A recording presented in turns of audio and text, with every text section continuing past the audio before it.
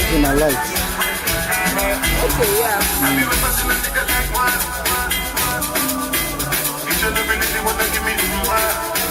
Bye, Angie. Bye for you. Okay, thank you.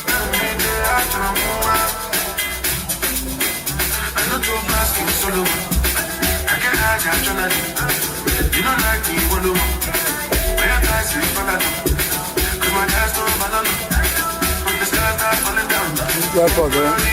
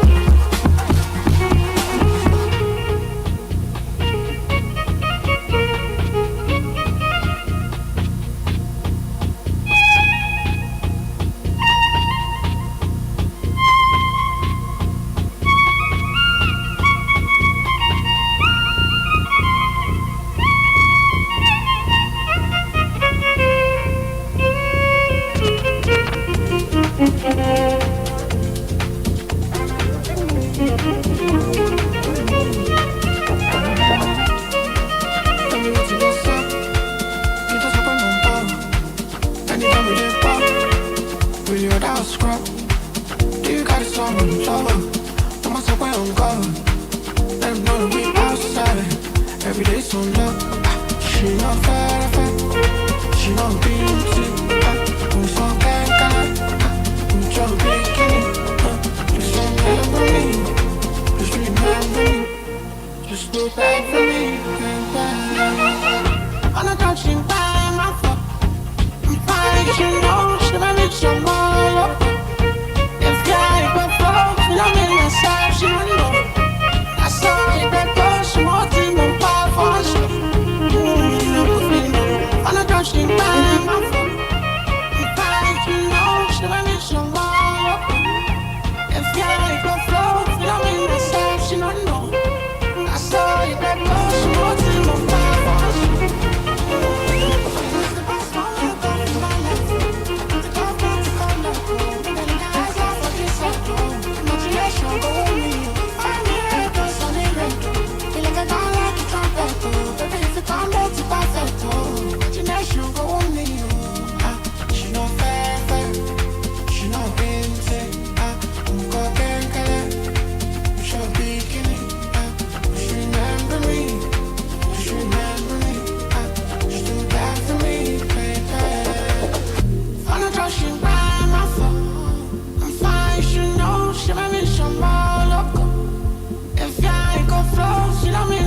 She don't know.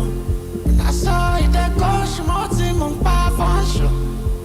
You know, coffee no. I'm not rushing by my phone. I'm fine, she know. She want me some more. If I go flow, feel I'm in myself. She don't know me now. I saw it that goes.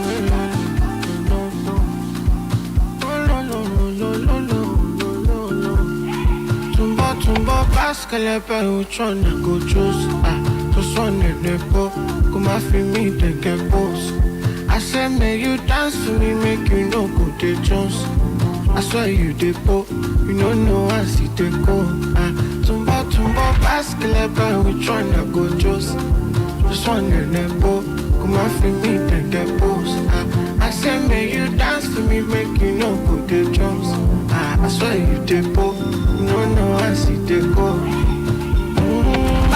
Who respects you, brother, we didn't argue, no guesses. Cause he never damn you to full extent. See, you never experience full wetness. But mind you, I'm God sent. Maybe I go need your full consent. Show your ID and avoid government. I'm a good citizen of this continent. Guys who come back. Small me, turn your back, oh. Now back to back, oh. With each money, back your back, oh. Don't take my polo, Marco. Carry and return and back, oh. Don't take another round, oh. Tumbo, basket, which one I go choose?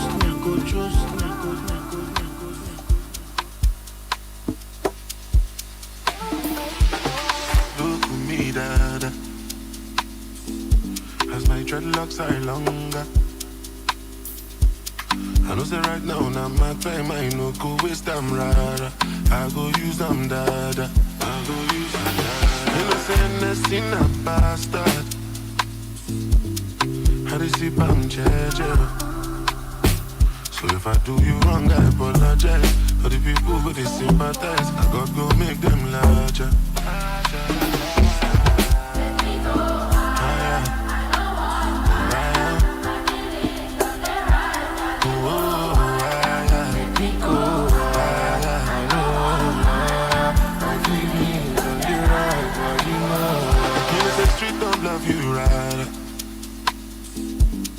Full of snakes and spiders. Make a wrong move, lose your life, make it hard for your mother to sleep at night. Street no love you right. Some people they for mortuary. Some people they for hospital. Count your blessing one by one. Sure bet, yeah, time has come to lift our voices. Lift my voice in prayer.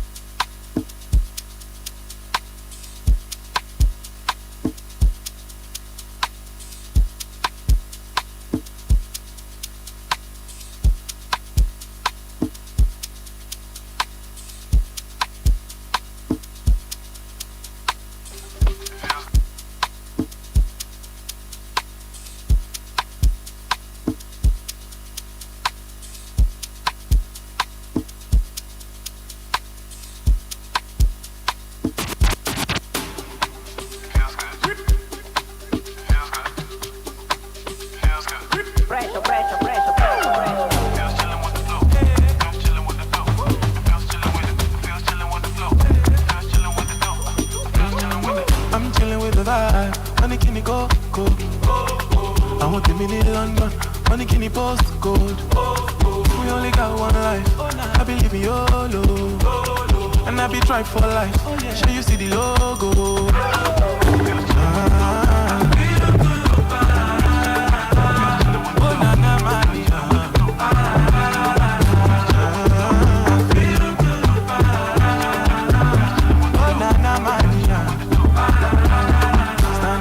Standard living, and trying in California. To understand how we dey move, you gon' need encyclopedia. My body life is a movie.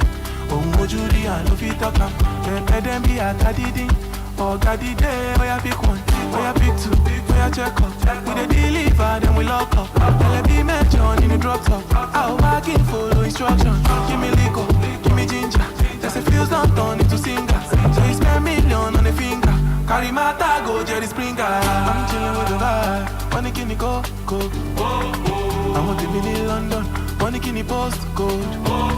We only got one life. I believe in YOLO. And I be tried for life. Sure you see the logo.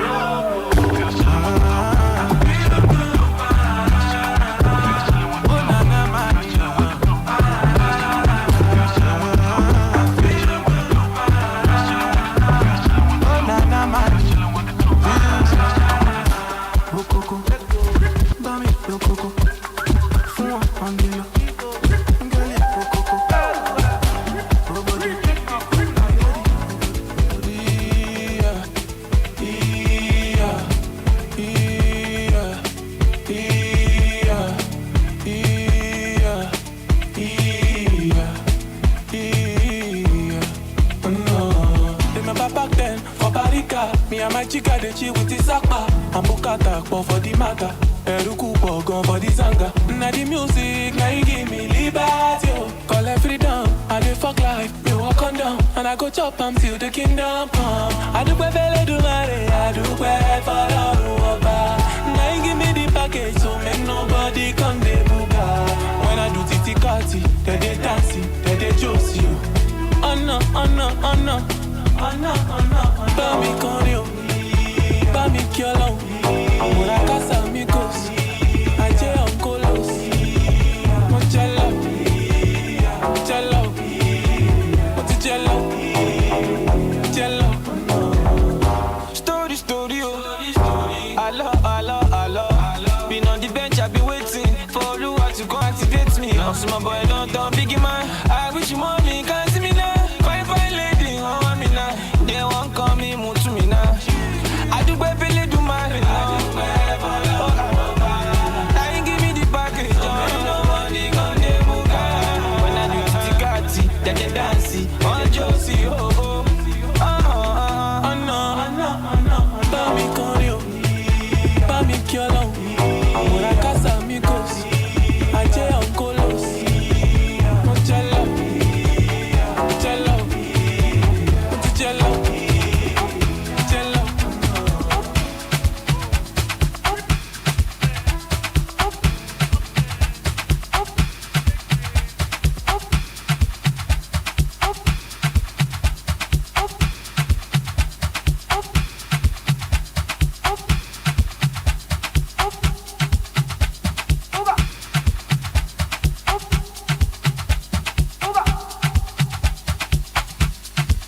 I'll be on the phone, calling you tonight. I wanna make you show me, make we know the fight. I don't wanna sleep alone, wanna hold you tight. But I fool my eyes, but I'll be alright. Forever, on my laptop, on my keto, on my sheet on. Say them go feel it, them go run it down, them go hold it, them go.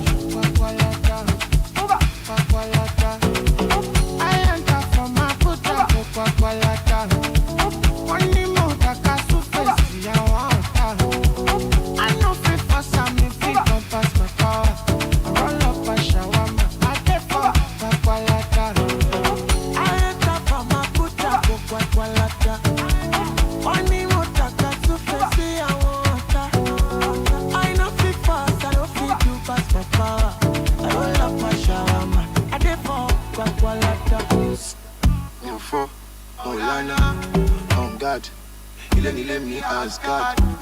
I live flaming, with your mashami, me know we are Charlie.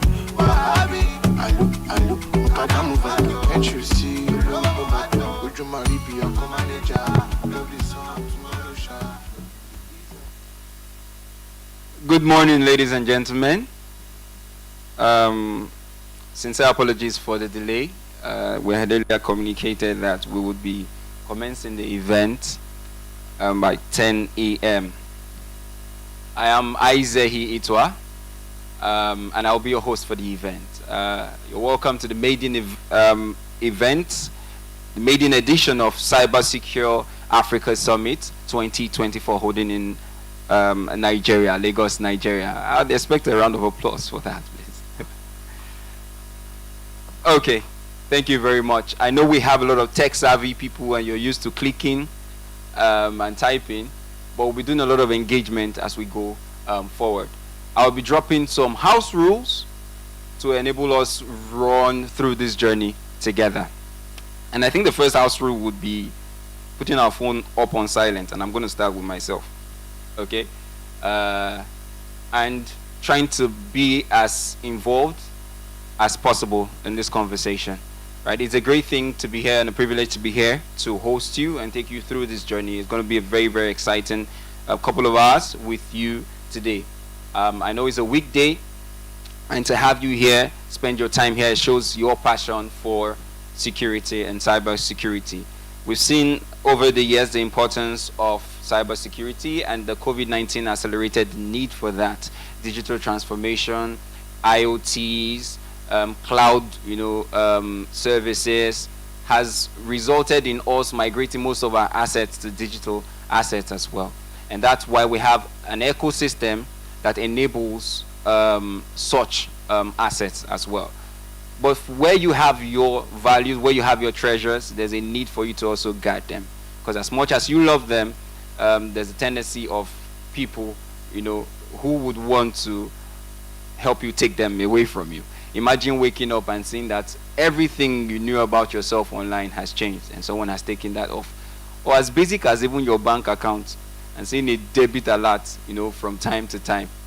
That's why we need conversations like this. That's why we need this universe of cyber security, especially the white hat cyber security.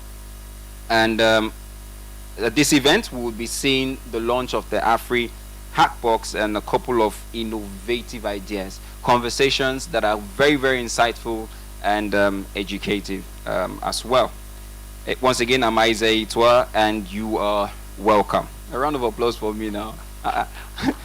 So I intentionally came with a past president's futuristic vibe and energy, and I'm sure it's very glaring with my size, as well as the regalia. I'm having a picture of how is foil in your area, quickly before we start. I see we're not smiling. So yeah, this is a joke, please. So I was opportune to be in the executive council when the president gave the order. He came in and he said, let's hack the fuel price. But I think they thought he said, let's hike the fuel price. And that's why we're having, that. As I'm sure next week we might be getting for 10,000 if possible. We're going to the filling station with your Ghana must go, if possible. But then, on a lighter note, we'll be kicking off. And we'll be starting off with the opening remarks with the visionary, the people behind this great initiative. This is the maiden edition. And trust me, it's something that is going to go Pan-Africa. And we're starting here, and you are part of this journey. It's going to be exciting in a couple of months, a couple of years, when you see these events, and then you'll be like, oh, I was at the maiden edition, and it was quite insightful. For the opening remarks, I'm privileged to bring up on stage to talk about this. Is going to talk about 5 W's and educate and encourage and promote us about cyber security. I've spoken about the Internet of Things, that's IoT, and the risk that we have. I was privileged to see a KPMG report and talked about the increase in cyber hacks and the need for cyber security. It's really scary, really, really, really scary. every day that you exist, and we saw the recent great hack that happened, you know. So every day that you exist and you see that you meet most of your valuables, you wake up to most of your valuables, your identity, and the social media or the internet as you know it, it's because you have great minds like yourself that are championing and guiding this this industry. And so to speak about the 5 W's and educate and encourage us, give us an insightful talk on Just Unsecure, cybersecurity, and AFRIHACKBOX mission and vision. I would call on Babatunde Anifowoshe and Olayemi Oyeniyi to give us that talk. Please, a round of applause for them as they come on board. The visionary CEO of Just Unsecure. Please, this way. Don't hack it. Okay. Please, a round of applause for Babatunde and Lani. Great. Okay.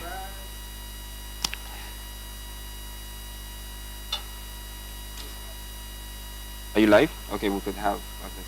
So the beautiful thing about being with tech guys is how.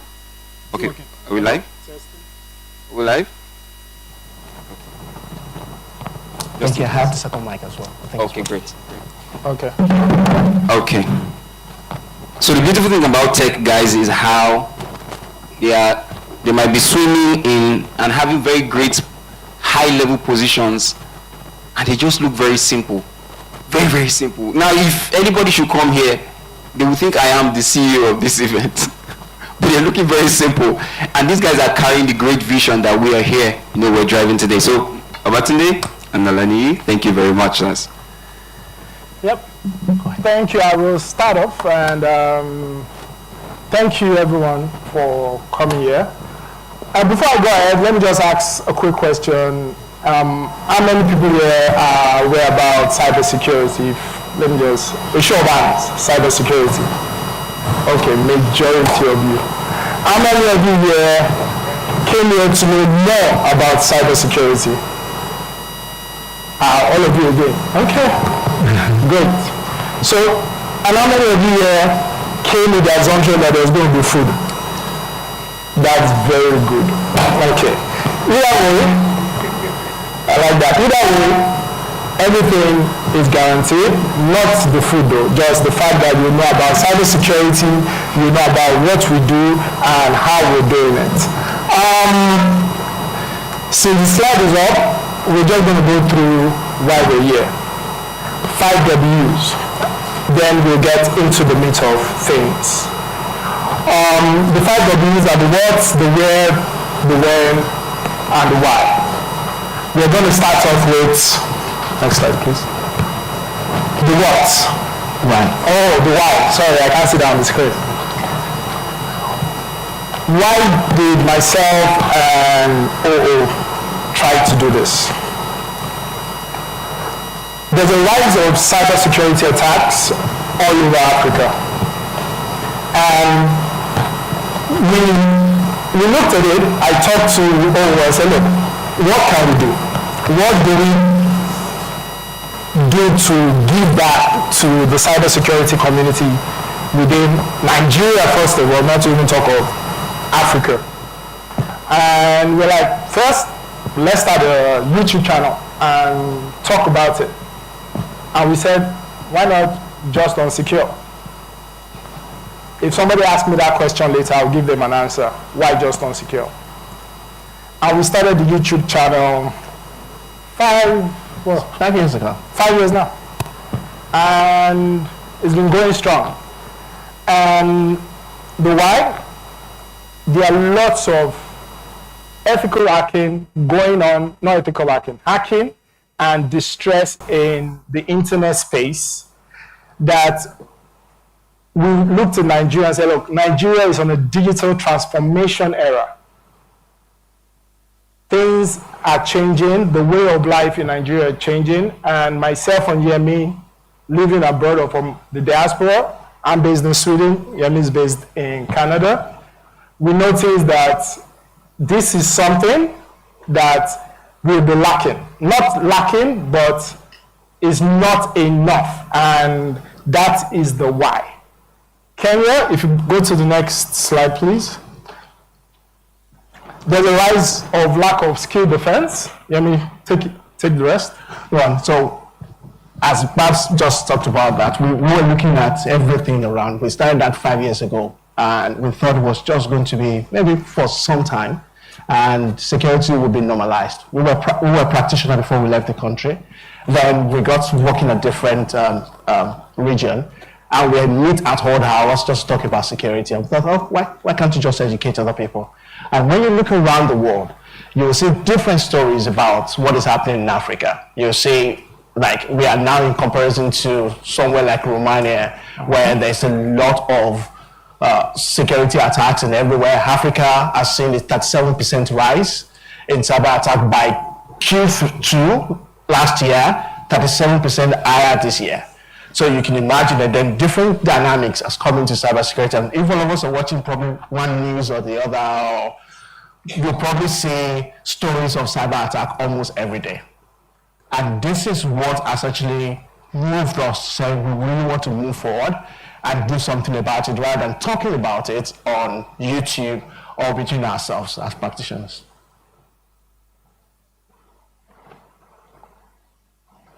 Continue. Go ahead. So, World Economic Forum says 4 million professionals are urgently needed. 4 million. The financial losses, 40 million. That's an estimated loss of those that are reported In Africa. in Africa. So those that go unreported, I'm not going to put a figure into it, but I'll let you triple, quadruple that amount. And the number of skills needed, 85 million. 85 million skills. And skills is not just ethical hacking. Skills are vulnerability analysis, malware analysis. There are so many job ranges for cybersecurity professional. I'm a security manager from a product security side. Yemi is a security manager on a professional side as well. There are different areas. I started off in vulnerability assessment. I moved over to GRC. I moved over to cloud, and now I'm into security management. So there are different skill sets that you can get from cybersecurity. So Let's go to the next slide. So before you go, let me just remember the fact that we have 85 million people looking for jobs. Focusing it back to Nigeria. The Japa syndrome, believe it or don't believe it, it's affecting Nigeria. And we need to try to scale up the people within. So yeah, I will stop there. There's more to come on that topic, but let me go to next. yeah, touching on that, it's not like it's going to slow down from now. It's probably going to increase, and that's why you have that 85 million, which is going to be needed by 2030, and that is by the World Economic Forum. So anyone here is probably on the fence. Should I go into cybersecurity or not? I think this is your call. You need to scale up right now, and that is the purpose of doing this. And this slide talks about it as well. There's a new conundrum that is coming into Africa.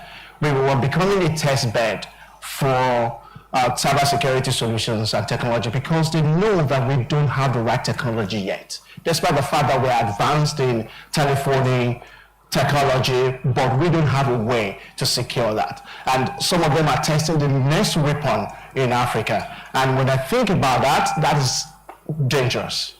So we should do something about it right away. Let me bring something. Yeah, go ahead. Let's all be realistic.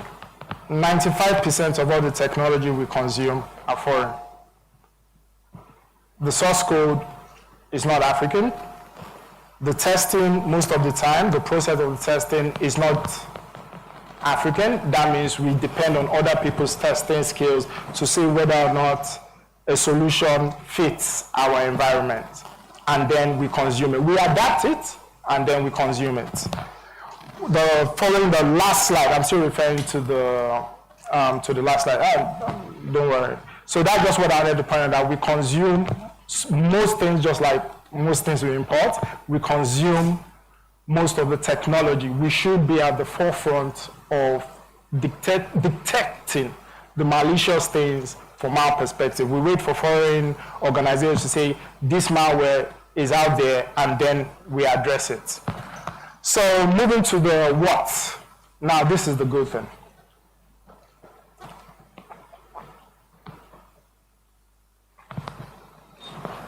It's not saying that in cybersecurity or in security is everybody's business. It's not just the cybersecurity professionals, which for us, what we're doing now is civil society. We need the government, we need private sector, public sector, enterprise. We're looking at a way of saying Africans will skill up themselves to be able to provide the security that the world needs. And can we do that? Absolutely. And how are we going to do that? By the initiative we have. And hopefully by the time we're done with this presentation, you would have an idea of where we're going to and why we're doing this.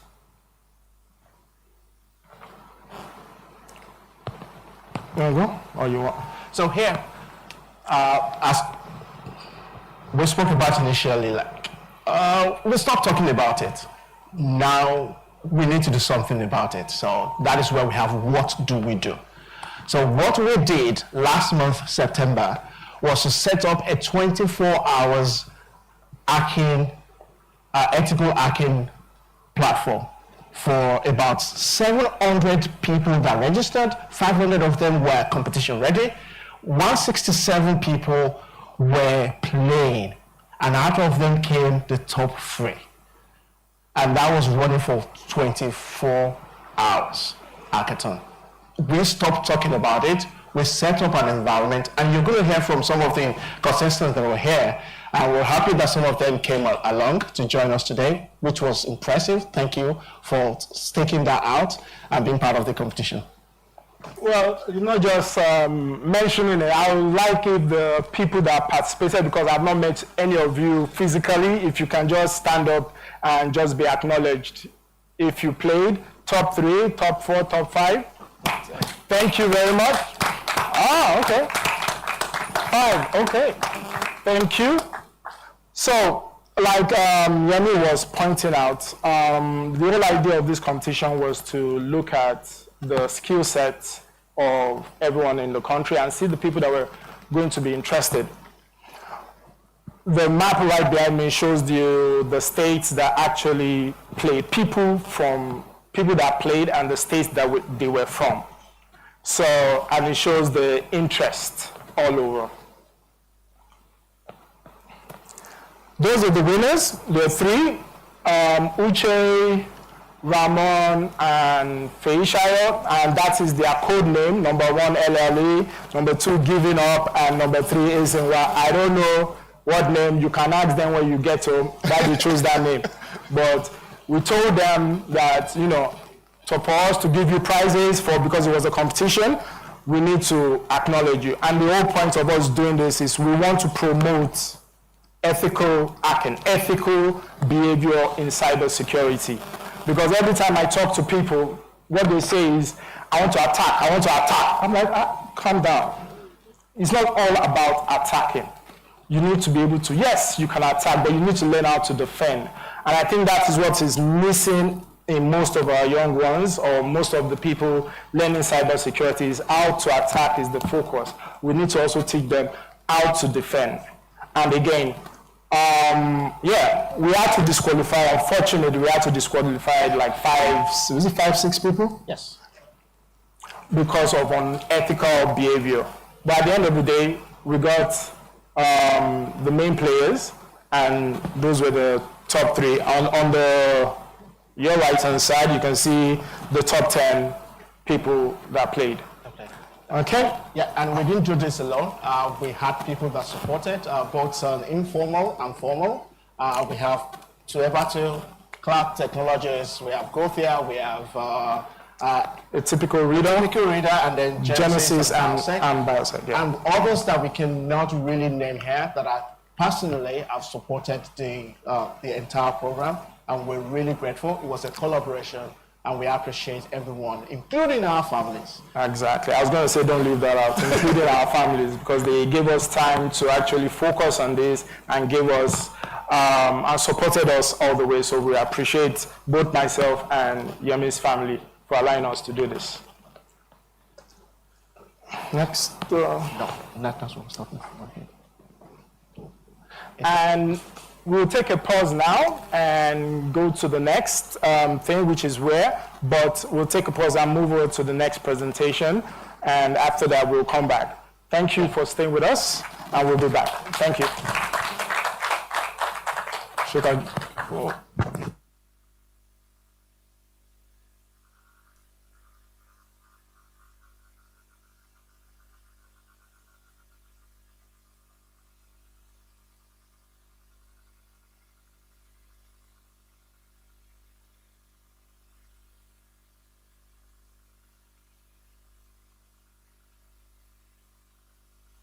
Applause once again for our host.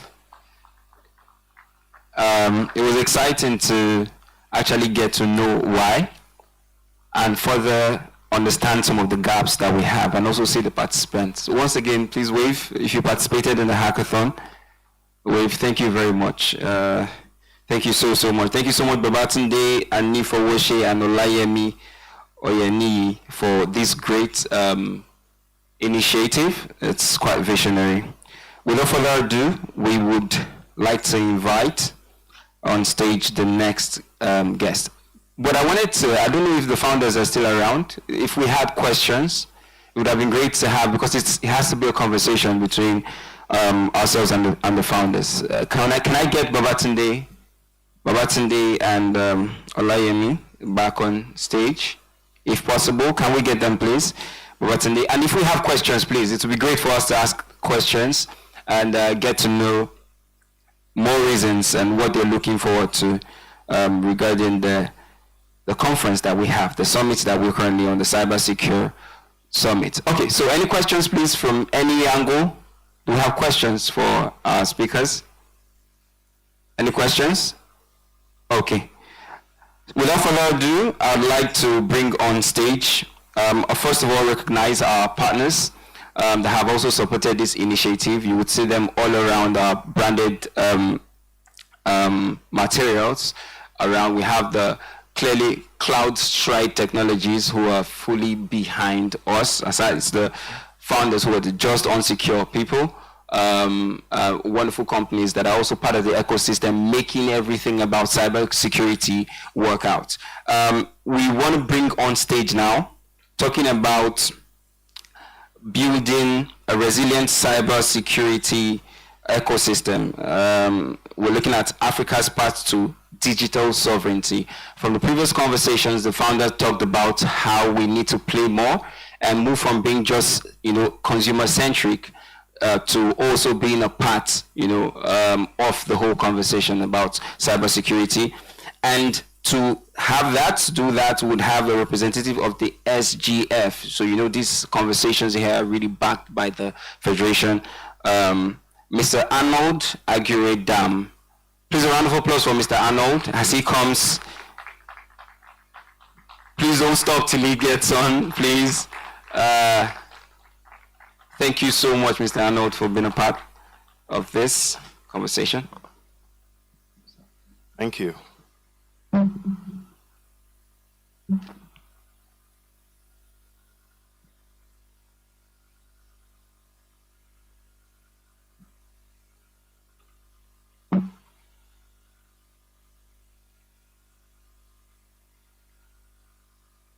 Distinguished stakeholders, esteemed guests, ladies and gentlemen, it is a great honor to stand before you today as we gather to launch this important cyber security event.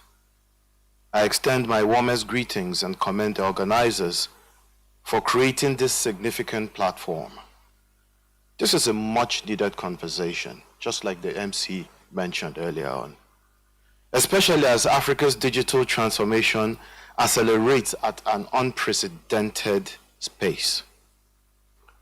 Building a resilient cybersecurity ecosystem is critical for our continued future, our continent's future. As Africa emerges as a hub for innovation, economic growth, and technological advancement, we are also becoming increasingly vulnerable to cyber threats that have the potential to derail our progress if not effectively managed. Over the past decade, Africa has witnessed rapid digitalization, the growth in mobile connectivity, the adoption of digital payment systems, the rise of e-commerce platforms, and the increasing implementation of smart technologies across various sectors have fundamentally transformed the way we live and work. However, with these advancements comes an alarming increase in cyber threats. Cyber attacks on businesses, government institutions, and critical infrastructure are rising exponentially. The continent has seen a surge in ransomware attacks, data breaches, and fraud targeting both individuals and organizations. According to recent reports, Africa loses billions. I saw the report earlier on that says millions. The report says billions, actually, of dollars annually due to cybercrime. And these numbers are likely underreported, just as mentioned by the earlier presenters. The most concerning trend we face today is the rise of sophisticated and organized cybercrime networks targeting our financial institutions, healthcare systems, and other critical sectors. These attacks, often launched from outside our borders, not only threaten the security of our digital assets, but also undermines the trust our people place in digital services. The challenges before us are complex. Firstly, there's the issue of limited cybersecurity expertise across the continent. Many organizations struggle to find skilled professionals capable of developing and implementing effective security measures, leaving our networks and systems exposed to threats. Secondly, there's an urgent need for robust cybersecurity policies and frameworks tailored to the unique challenges faced by African nations. Although progress has been made, such as in Nigeria, where initiatives like the National Digital Economy Policy, the National Cybersecurity Policy, and the Cybercrimes Prohibition and Prevention Act have been developed, much more work remains. We must ensure that these frameworks are not only comprehensive, but also harmonized across the continent to facilitate effective collaboration and coordinated responses. The administration of President Bola Ahmed Tinubu has been proactive in addressing these challenges through the adoption of e-government best practices. The National E-Government Master Plan is a comprehensive roadmap aimed at transforming government transactions, improving the citizens' experience, and enhancing transparency. Through this plan, the government is working towards a connected government, informed citizenry, open data, and open government partnerships. Furthermore, the administration has rolled out the Government Services Portal, GSP, which provides citizens, businesses, foreigners with a one-stop platform for accessing government services. This initiative not only improves efficiency and convenience, but also enhances cybersecurity by centralizing and securing government service points. The Government Contact Center, that's the GCC, has also been established to ensure all citizens, regardless of location, can access government services and information through secure electronic means. The Open Data Portal and electronic document management systems are additional initiatives that increase transparency, protect public data, and ensure digitization of documents, respectively. These efforts are complemented by the e-government capacity building program, which has trained thousands of public servants to enhance digital resilience across the federal government of Nigeria. To address the critical sectors of health, the National E-Health Strategic Framework was developed to utilize ICT as a key enabler in improving healthcare delivery, access, and management. All these efforts underscore the administration's commitment to building a secure digital environment for our nation's progress. Third, investment in cybersecurity infrastructure remains a priority.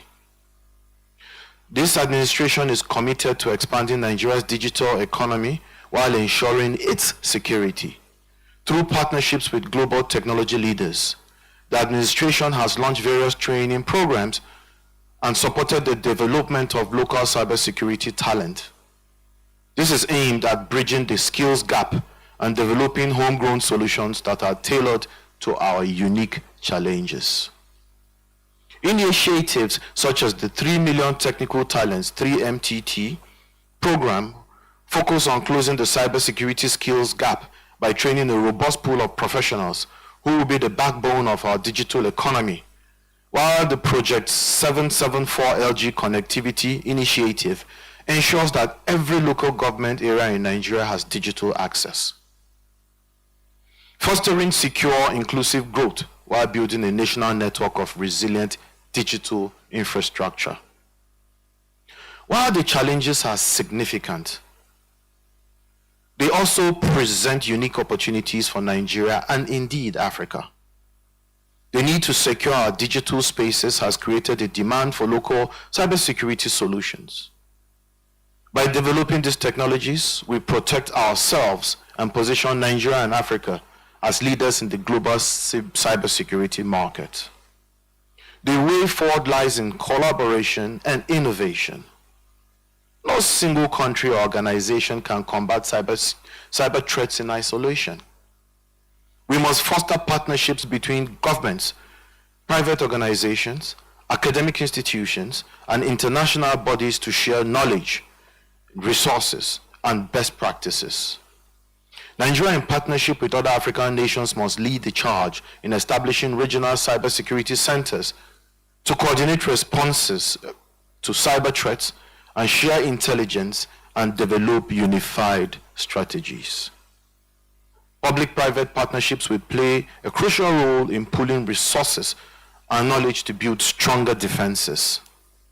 By aligning government policy frameworks and private sector innovations, as we see today, we can create a comprehensive and resilient cybersecurity ecosystem that benefits all stakeholders.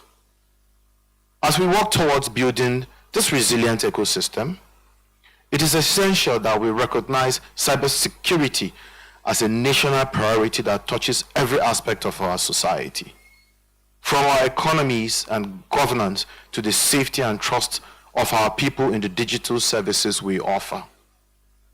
In conclusion, we have the opportunity to turn these challenges into catalysts for progress by investing in cybersecurity, building our local capabilities, and fostering a culture of collaboration and innovation. Nigeria and Africa can achieve digital sovereignty and secure their place in the global digital economy. Together, let us build a secure, resilient, and prosperous digital Africa, one where our innovations thrive, our economies grow, and our people are protected. Thank you, and I wish you all a productive and engaging event.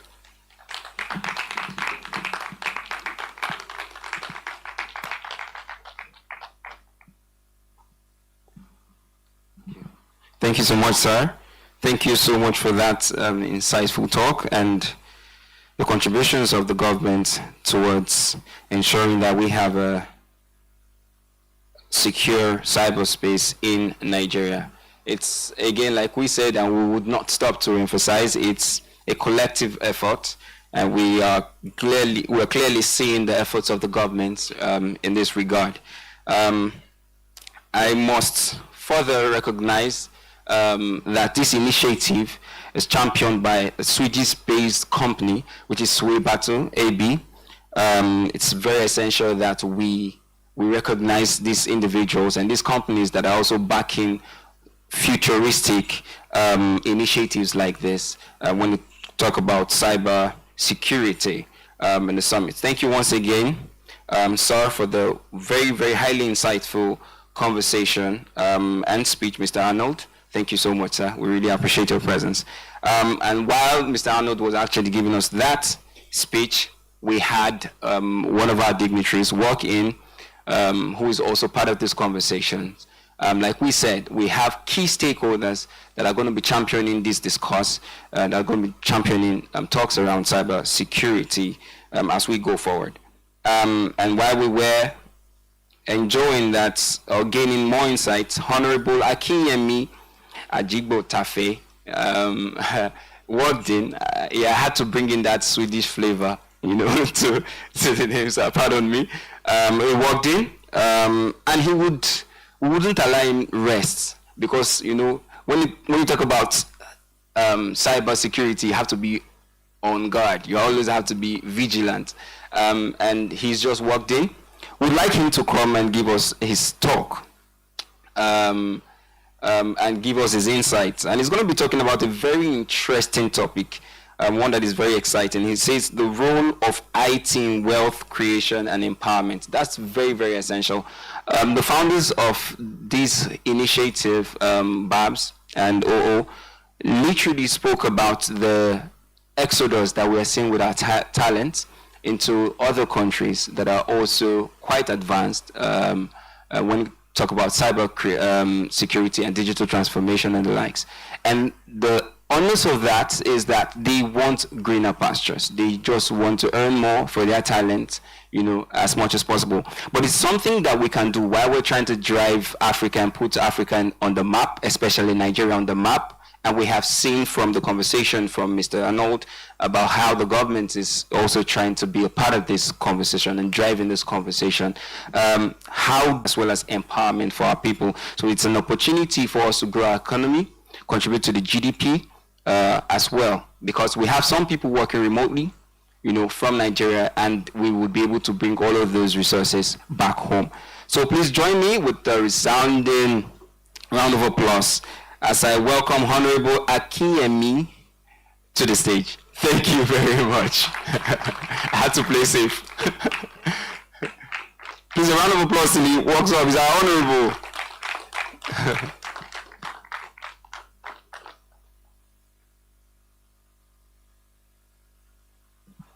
Thank you so much, sir.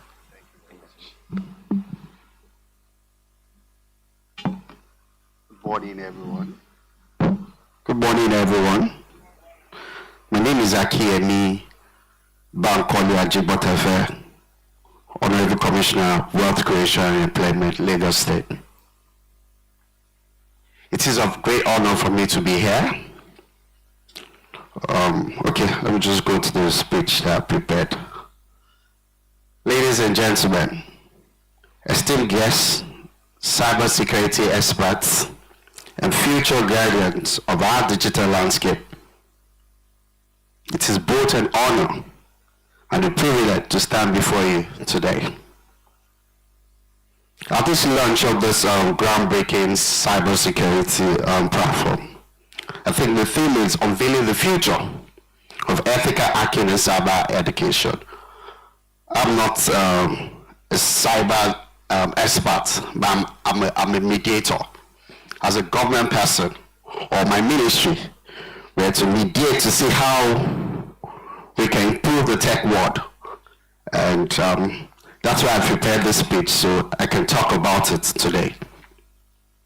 This event is not just the unveiling of the cybersecurity platform.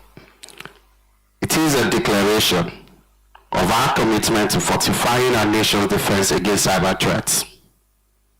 As we gather here under this theme, unveiling the future of ethical hacking and cybersecurity education, we embrace the vision of a world where technology and security work hand in hand, creating a secure environment for our citizens, businesses, and institutions to thrive. Cybersecurity is no longer an afterthought. It is a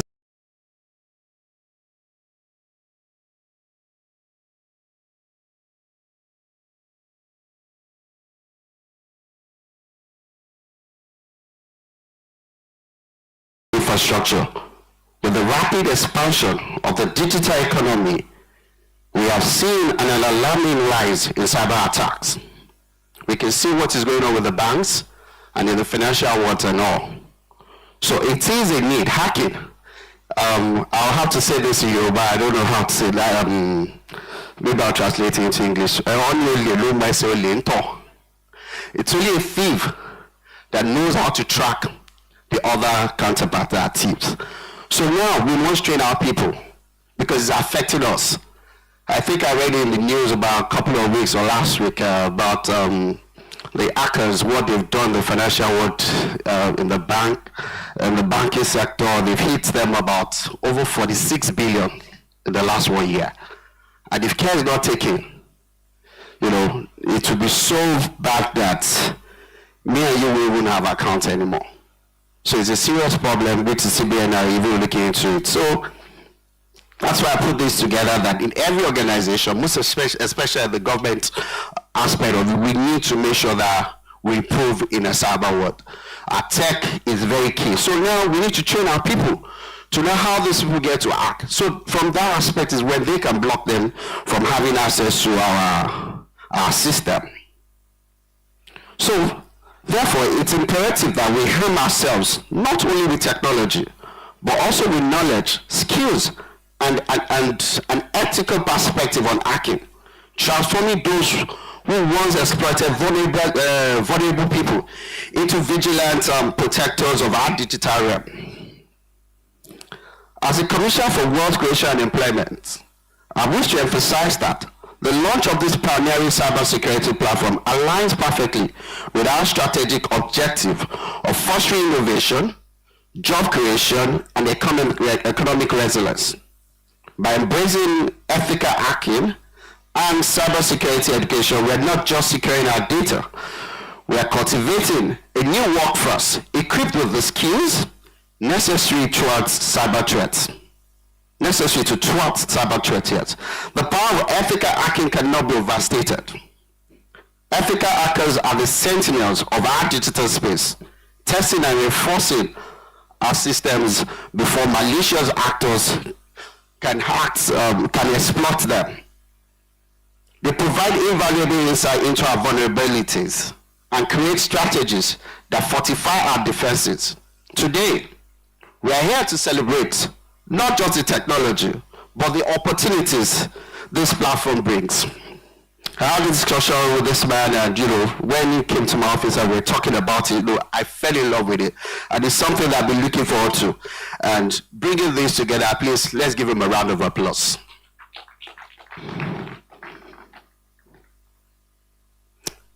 These opportunities are for our youth to engage them in meaningful learning and career paths that are in high demand across the globe. They can render service, they can live in Nigeria and render service overseas, and they'll get paid in dollars. So we should encourage it. We are against Jackpot syndrome. So this is an opportunity for us to bring our youths, bring them together, and put them through this. While they're here, they can render service in America, they can render service in Sweden, they can render service in UK, and they get paid in the foreign currency. So let's do things that will attract the foreigners too. So by doing this, the youth can have hope. And that is why we, the Mission of Wealth Creation, are so concerned about creating wealth. So we're not just looking at the white collar people alone, but the blue collar, or anything you can do that can make you succeed in whatever field you find yourself. Just as recent, I realized that we have millions of our youths out of school, after NYC, they don't have hope. They don't even have where to go to or what to do. I came up with this idea, that what can we do? The government is filled up too. We can't employ everybody. What can we do with the private sectors? So I created an avenue where the government can work with you. Some people, they intend to employ, but they can't pay. What can we do? Instead of our graduates being idle, not doing anything, just for them faffing around. What can we do to engage them? So I worked with the governor and we came up with an idea. Look, let's have this people, let's engage them after NYSC instead of them being idle, or getting frustrated and all that, getting depressed. So we said, okay, fine, we'll train them. We'll put them to a training, a rigorous training that has to do with about being employed. That even though you need to get a job, if you get employed, how resourceful are you? What impact are you going to make in that company? So we said, after putting them through that training, we work with a standard HR company, which is HCP, which has been training a lot of people from KPMG and the rest that, look, we'll pay you. We need you to do this for us. So after the 3 weeks training, we now say, look, after the training, we'll make sure you get job placement. Let's say you're the owner of something, Today Nigeria Limited, and you intend to employ 20 people and you can't afford it. Let these people work with you for 3 months. We as a government will pay them. At least they will learn from you. And after that 3 months, we'll look for another avenue to employ. So we did that for 2,500. And by God's grace, come next year, we're going to double it. So this is the way we can work as a government to, to impact people's lives. And we're not looking at the graduates too. Even the ones living in the blighted areas, how do we get them engaged? Some of them, they just want to be technical. They want to do something handy. So we have provision for the artisans too. We have, even if you want to trade, we have provision to see how we can help you with grants and loans to start. Whether you're existing or a startup, we make provision. So this tech is an added advantage. It's even a more superior one, which I really, really like. And I want us, whatever is required for the government, we'll support them with it. And whatever every individual too can do to encourage our youth around them to be hopeful that the future is bright. Yes, I just talked about the graduate internship program. So we, as a government, we're just bridging the gap between education and employment. It also aims to address the socio-economic challenges arising from unemployment. About 2 weeks ago, yes, I've talked about it, that about 2 weeks ago, 2,400 were onboarded into the year 2024 GIPP. And by God's grace, next year, we'll increase the numbers to take our youth off the street. At this juncture, distinguished ladies and gentlemen, let me make a clarion call to educators, industry leaders, and policymakers to collaborate and invest in cybersecurity education. We must work together to integrate cybersecurity into our academic curriculum and training programs from primary education to higher learning. This is more than an aspiration. It is a necessity if we are to prepare the next generation for the challenges of a digital economy. As we unveil this cybersecurity platform today, let it serve as a beacon of hope and a catalyst for change. Let it inspire our youth to pursue careers in cybersecurity and ethical hacking, enabling them to protect our nation's digital assets and contribute to the global conversation on security. In conclusion, let me express my gratitude to everyone who has worked tirelessly to bring this platform to fruition. Your dedication to enhancing our cybersecurity landscape is commendable, and together we will pave the way for a safer, more secure future. Thank you for your attention, and let us embark on this journey to unveil the future of ethical hacking and cybersecurity education with determination and optimism. Thank you very much, and God bless you all.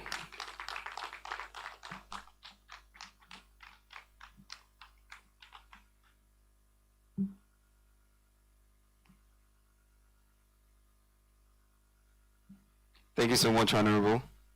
Thank you so much.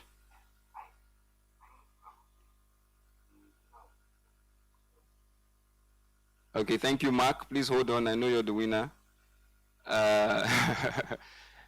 Where's my DJ? Can I have music, please? Yes. I was wondering. Hope they didn't hack your system. Thank you so much. Okay. We're just going to know if you're here. Thank you so much, Honorable. It's great to know, all of the initiatives that you have been doing with the government. Once again, this is a reminder that the government are actually fully behind this initiative, the idea that we are pushing. digital transformation is a necessity, and you heard it again from the Honorable, and how the government have actually been very particular about empowering youths, the initiatives that have gone into these trainings and, giving them placements to practically, put all of these things to work. Thank you so much, Honorable, and our regards to the government once again. Please stay around. We would need you for the next segment. Now, the founders clearly spoke about a very, very great initiative that they put together, 24 hours white hat hackathon, where we had a couple of winners and participants from different parts, regions of the country. And you would see how cybersecurity is uniting us as a people as well. Aside, safeguarding our digital assets as a people and as a country, and driving digital transformation and defending us as a people, they're also uniting us with a common ground, which is obviously to safeguard our cyberspace. And so we would be awarding the participants. I'll be calling some names. We saw some of them stand up, and they're here with us, telling them congratulations for being a part of this, and also paying forward, showing that we believe in your capacity and your ability to defend the cyberspace, especially putting Nigeria on the global map. And so I'll be calling them on stage for a prize. I hope my team is ready with the prizes. Can I get some ushers as well, who will be giving us some of the prizes? I'll start off with Mark Uche. Is Mark Uche around? If you're around, please step up. Okay, I'll be calling up the names, so please come up because of time. Pardon me if I pronounce your name wrongly. Omishore Tomisona. Okay. Okay. We have Praise. Is Praise here? Okay, Praise. Please, a round of applause for Praise. We have Juwan. And I know we have a lot of people online, so a big love to everyone online, joining us online. We appreciate you. If you are online, if we also have this participant online, please feel free to put on the comment section and say, yeah, I'm here. Engage with us. And share with hashtag. The hashtags, okay, we have the hashtags on the screen already. Cyber Secure Africa Summit 2024. Where is Praise? Hi, Praise, come forward. Don't be behind the system now. Come here. Let's see your face. Are you scared? Okay, we have Juwan. Is Juwan here? Okay, Juwan is not here. We have Mercy Amaifule. Is Mercy here? It's great to know we have women also involved in cybersecurity. Abdullahi Shama. Is Abdullahi Shama here? Okay, I guess they're joining us online. We have Tashu Kwaplong Side. I think this is Kenya. Okay.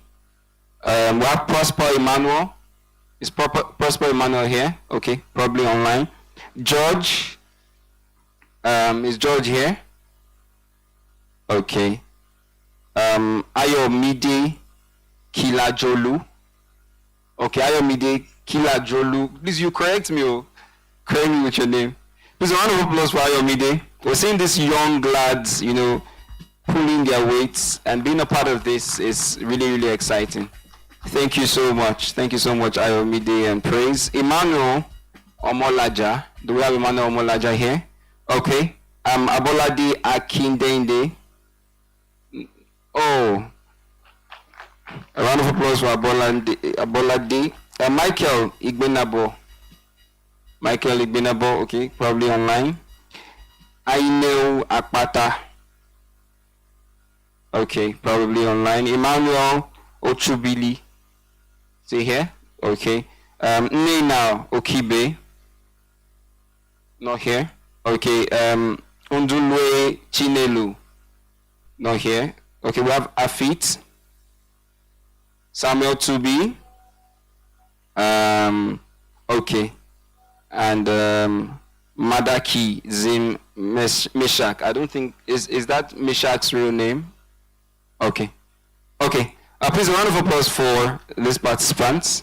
Would like to present, because they're part of the top 15 participants, so we'd like to present them with certificates of participation before we then bring the second runner-up, the first runner-up, and the winner of the grand prize on stage as well. So can I have the founders please come on stage, Babs and OO, and Paul as well, please. Saz, we'll need you to help us please with the presentation. Thank you.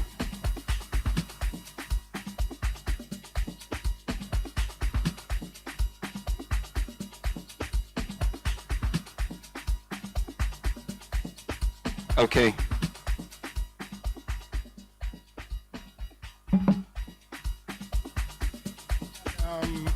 There's another team, Fulafia Wakanda, who is representing Fulafia Wakanda, and Fulafia Jayak. Okay, they're not. Okay, so.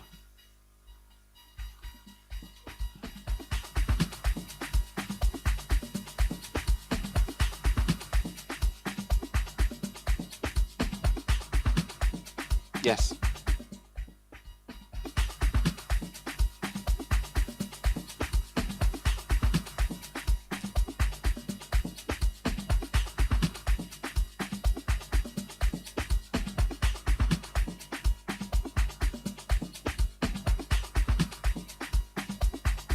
Okay.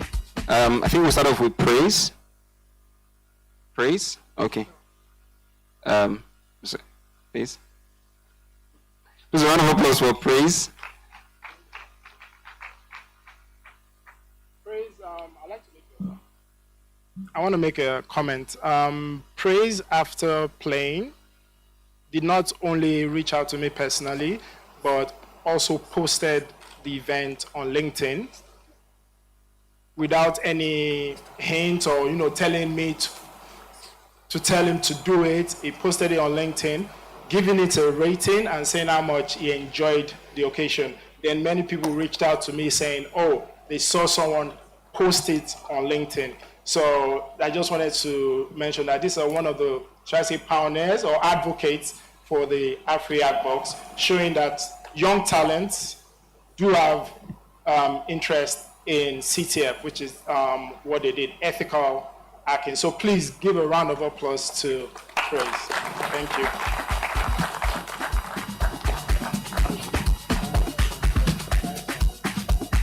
Yes. Yes. Omishore. It's Omishore here. Ayomide. It's Ayomide, yes. Yeah. You want to say something about Ayo? No, just have a Okay. Let's get Ayomide. We have prepared for everyone to come. I guess they're joining us virtually. Okay, so Ayomide. Can we get Ayomide? So while we wait, before we present the grand prize, we'll be having a talk. One of the pioneers of the event, Paul John, he's going to be taking us on another insightful session as well.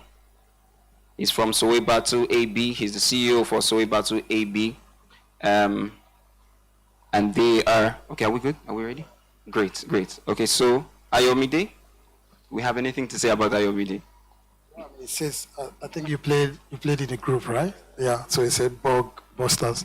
Yeah, I mean, we've had several nice comments from them. And yeah, you keep up the good work. Right, okay, just.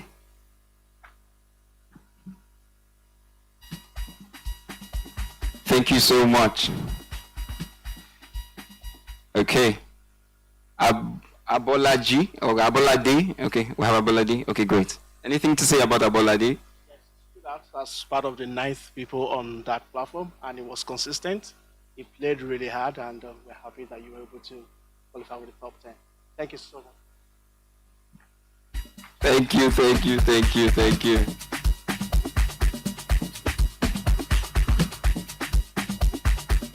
Okay, thank you so much. That's the first batch of the award ceremony. And next up, it's great to see that we have very young chaps, and I'm excited for the future of our country, participating in this. The founders actually said something during their presentation. They talked about source codes being foreign and all of that. And we have seen how much our people are beginning to master this art. And hopefully with conversations like this and events like this, we can see how we can drive conversations that would make us own, the directive, or the direction rather, that the cybersecurity space is going or headed as it is. So without further ado, I would like to bring forward a spotlight session on one of our wonderful partners, Sorebatu ABS, Swedish-based company, and none other than the biggest fish, from that company. The CEO, Paul John, is going to be showcasing Sorebatu and the latest products and services in cloud security. Remember, I spoke about the necessity of cybersecurity because of this trend of cloud security. I think he's behind me, or beside me rather, already. Now I'm scared. Okay, thank you very much, Paul. Thank you so much, sir. I think this is working, right? Okay, Awesome. great. Thank you so much. Yeah, can you do the presentation now? Yeah, it's nice to see everyone. It looks a bit tensed here, right? I mean, it's cyber security, but it shouldn't be that serious, right? So let's try to take it easy a bit. So I'm really privileged to have all the honorables here. Honorable Kim, thank you so much for coming. Boss Ambi, thank you so much for coming. CEO, Damaros, Arnold, Mommy, thank you so much for coming. Yeah, now we're trying to figure out where my slide is, how it's working. So I just want to tell you a bit quick one. I'm not going to take more than 15 minutes. And please, Honorable, you'll be present for this 15-20 minutes because you're also going to help us to give the prizes, the grand prize, together with Mommy and Mr. Ahmed, and of course, Boss Andy. So I want you to stay, which is why I interjected, right? So there is one of the challenges that we have in Africa.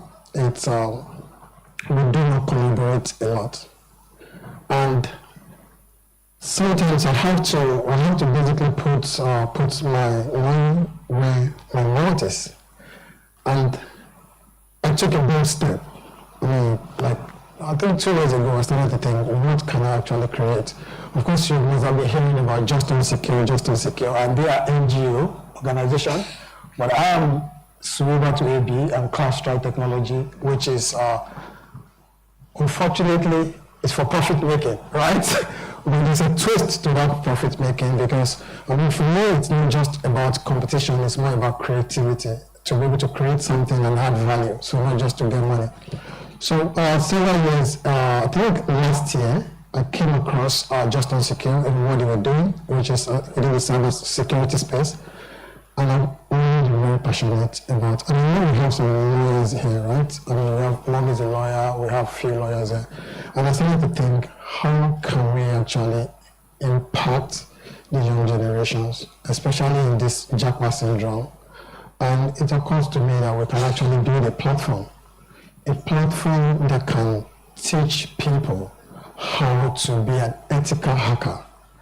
But I know when people hear hacking, they're like, okay, well, it can be professional and ethical. So then we came together, right? And then we decided to build this wonderful platform. I'm coming from the technical implementation part of it, while Just Unsecure is coming from the giving back to the community. But like I said, it's all coming together to create an ecosystem where we can both impact and also, of course, since you need to have a ticket to win a lottery, so I need to make some money to be able to keep floating the business part. So I don't know, because I was outside, I've been busy at trying to identify and welcome the guests. I'm sure my partner will have mentioned the terrific work that has gone into the platform. We have spent loads of our own money into making this a reality. So this is going to have so many. Why is my slides up? Because I have 10 minutes now, 7 minutes. So this is going to have significant value, right? The average salary of a cybersecurity professional is $80,000 to $100,000. How is this significant? It is significant because if we are able to get our young ones to be proficient and to be competent and to develop them into some kind of ethical hacker, right? They don't need to really do the Jackpot syndrome. Like for me, I feel myself to the Jackpot, right? Because I've lived and worked in 7 to 8 different countries. I mean, with over 20 years experience within the information system space. So if we create that kind of ecosystem where our young ones and youth, and even like the adults, I mean, I've heard people that in their 50s saying, I want to also start to do something within cybersecurity. They don't need to leave the shore of this country, right? They could stay comfortably and get to work and get to also contribute to the society. I mean, we know that one of the best things in Nigeria that is actually, among other things that is functioning is the banking sector. But today, the banks are facing, I mean, I say it maybe not authoritatively, but I mean with a good authority that the banks are facing a lot of challenges. There is a shortage of IT resources. And we kept saying IT, AI, all this technology is the future. So if it's the future, where does that leave Nigeria, right? So which means we need to build an army. We need to build an army that are competent, an army that can secure our banking platforms. I mean, Zenith is down tomorrow, GT is down, any bank is down, this is down. Most of them, a majority of those problems are due to resources, right? So this is what this platform is coming to fix. Okay, if you can go, because I finished talking about myself. Okay, so about myself, quick one. So 20 years experience, lived and worked in 7 to 8 different countries, and now back to Nigeria to try to build the community, and in building that, we need everyone to be involved in order for us to be able to do that, right? So we're going to be launching this, officially launching this platform today. Like I was telling the team yesterday in the night, I was like, so I like the razzmatazz, the paparazzi, the aesthetic that comes with things, but if this platform is not functional, then it's just going to be audio. It's going to be audio, right? So we have decided to make sure that before we left the house this morning, everything on this platform that you're going to see when we launch it is actually full functioning, right? So, enough about myself now. You see my beautiful hat, right? Isn't that cute? Yeah, please. So who are I had a discussion yesterday with one of the banking executives, and one of the questions he asked me, so who are your target market, right? Who are your customers? And I said, our customers is banks, because they come on that platform, they can simulate the real life experience. They learn, they train their resources on how to actually secure improve their security posture. So those are the customers. The customers is universities where we can have, we've heard the story of, I was listening to when we had a quick discussion with the participants, and they were very excited, right? And that kind of gave me joy. I had to tell the team, I think I wouldn't mind injecting more money into this platform, because hearing from young people saying, from the universities, from colleges saying, oh, the site was so beautiful, it improves our experience. We were so happy that somebody is putting something like this out there. So we're able to target more universities. We also, we have our honorable here for employment, wealth creation, unemployment. And I really like the idea of that word creation. I love that word creation. This will create wealth. We have people that are not even in the university that can come on the platform. I personally have an experience where someone working as a barista and a bartender is a senior tech solution architect today, just being a bartender. So we can create wealth with that. So targeting universities, targeting banks, and of course, the oil sector, to be able to safeguard security, to be able to safeguard all the infrastructure. So this is all we are building. So I don't know if my partners have mentioned it, we now exist like in several different African countries. So you can imagine what a significant impact that we've had just by launching this platform. So we'll be building something that is meant for Africa, that Emoshe, Igero, VI, Ikeda, people can relate to. Because for you to be able to go into the cybersecurity space, we have all these tools that are built abroad, but that does not have the touch, the local touch. So, and if you want to, there's a program in Yoruba, but I know that so many of you don't speak Yoruba here.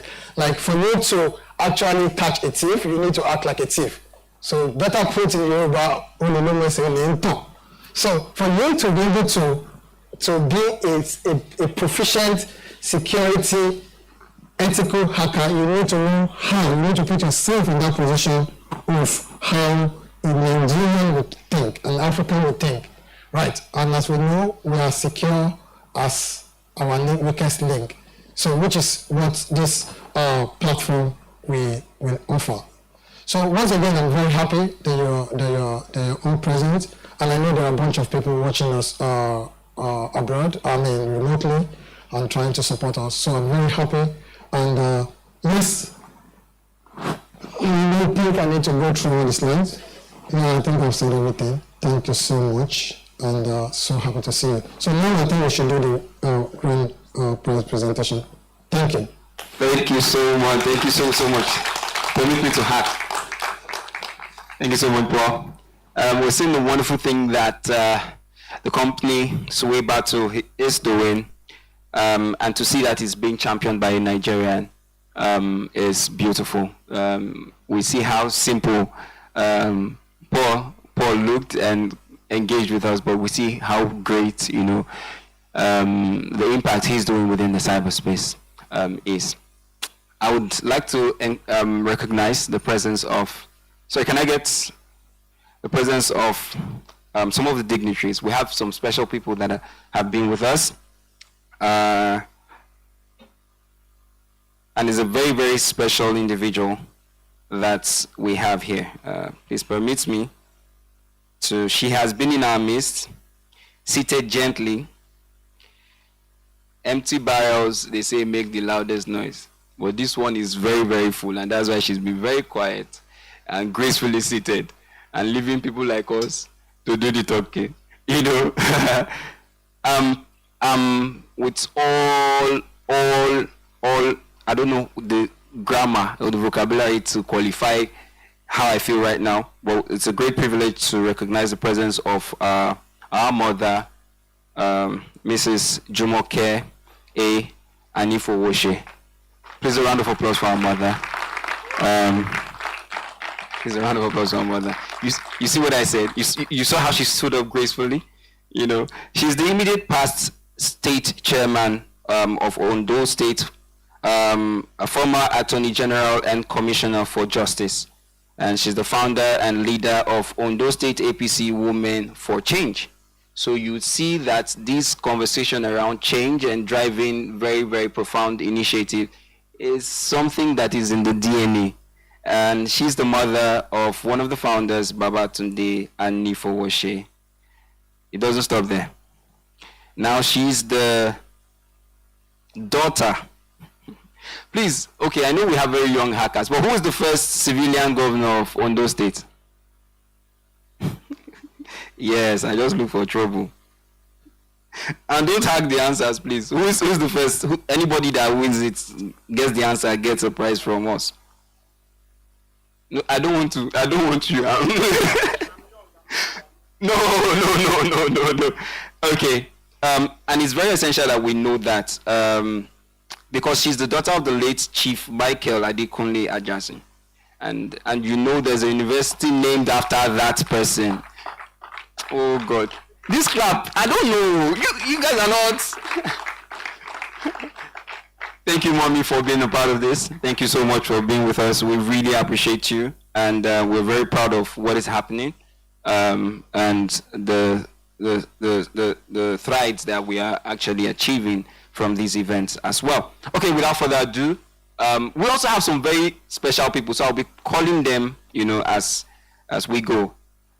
But we want to also recognize our young chaps. Remember, we're talking about today, but looking at tomorrow, or solving tomorrow's problem through the lens of today. Understanding our history, understanding what we're doing, especially with cyber security as it is. We're going to be awarding the next, the top 3 participants, obviously the winners of the competition now. And joining me on stage, please, I would leverage the power of the mic, because I know outside there I cannot obviously instruct the honorables and the SGFs. So please, sirs, we would need you to also join us on stage for the presentation. I would call you when the time comes, and mommy too, please. We would need you to also join us on stage. So I need Feishayo Fasui on stage, please. He's the second runner-up of the competition. Feishayo, the second runner-up, yeah.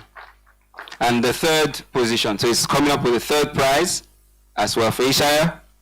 And his gift will be presented by our mommy, Mrs. Anifo Weshe, ma'am, please. Could Usher please help mommy up stage?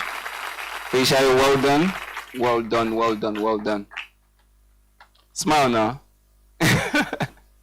Okay. Thank you so much. So he's going with the grand prize, with the prize of 250,000 naira. Yes. So we have the founders also here. Congratulations, Feishayo. Thank you, thank you, thank you, thank you. Great.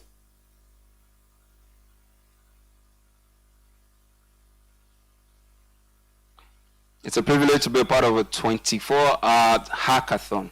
And coming up, second runner-up is wonderful. You had a lot of participants, over 500 participants, I think, and some disqualified, so, you did well. Well done, Feishayo.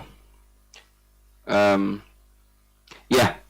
Next on the list would be Ramon Bello. Ramon Bello, please come up. Ramon Bello. And to present it, I'm not qualified to call the name of the person to present it. I would bring my boss, the CEO, sir, please. Okay, I call him Boss Ambi.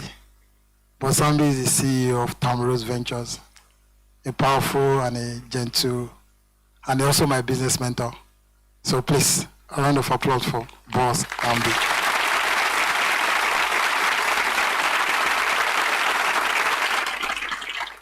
Please, a round of applause to our boss Ambi. Steps on stage, please. A business mentor, Namoko,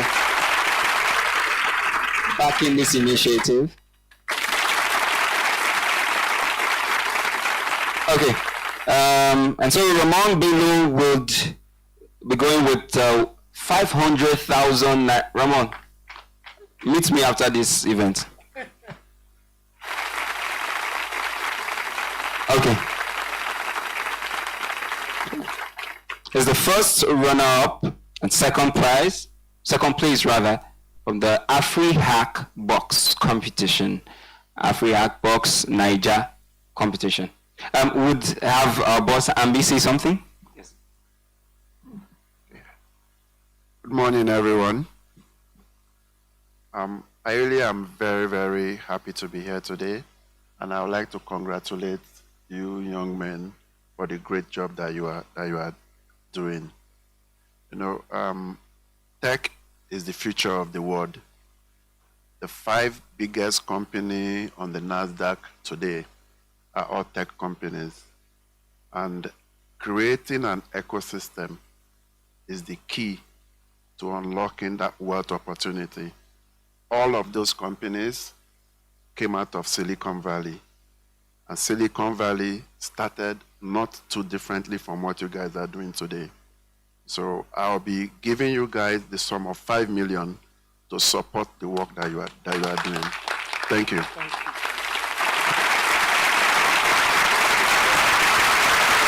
Wow. Wow. Thank you so much. Thank you so much. Thank you so much. Thank you so much, Ramon, Bello. And, you know, it's a privilege for you to have such an announcement when you're being presented. Ramon, my guy. Okay. Thank you so much, sir. Thank you so much, our boss, Ambi, and the founders. And for the grand prize, Uche, I think we have a video. Before we talk, we announce the winner. Yes, the founder, one of the founders would like to say something. It's about the first, Uche, the young man that won. He played for 24 hours just like everybody else and was consistent. He played so hard, he was above everyone else. The difference was clear. So we reached out to him later and we asked, okay, how did you start? How did you start learning? He said he just started watching some videos. We asked him again, how was our platform compared to others? He was honest. He said the platform was faster than most of the other platforms he had played on. The young man you're seeing on the screen is actually in the ECOWAS CTF representing Nigeria. He actually came, they just finished yesterday and he came third. So it's a testament to what we did and a testament that from Nigeria, representing Nigeria, he came first in our CTF. He couldn't be with us today because, like I said, they finished the CTF yesterday and they had to sit down to meet the commission, NIDA. So he's with them currently. So he sent in a video today just to say thank you and talk more about his experience. So please, go ahead. Hi, my name is Makuche. The winner recently concluded AFRIHACKBOX TF 2024. During the event, the experience I gained there was incredibly helpful and I really learned a lot of things.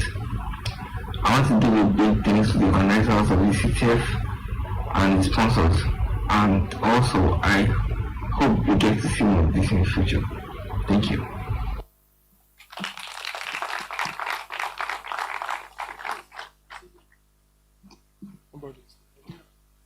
Yeah. Okay, so please would like to, the Honorable Commissioner, please, to, Mr. Yes, please, Arnold, please. It is time. It's a once in a lifetime opportunity for me to, you know, summon the Honorable Commissioner. Thank you very much, sirs. So please receive it on behalf of the winner, and yeah. And after that, please, the other winners, the top two, the third, second runner-up, and first runner-up, please, you join us on stage for the picture as well. The first and second runner-up, please, stay on standby. Yes, it is.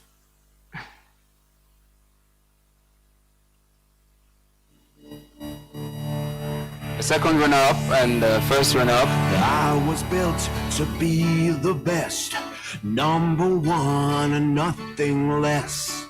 Lead me to my destiny. I have waited patiently. I have vision, oh, I believe. I know I can count on me. So stand up for the champion, for the champion.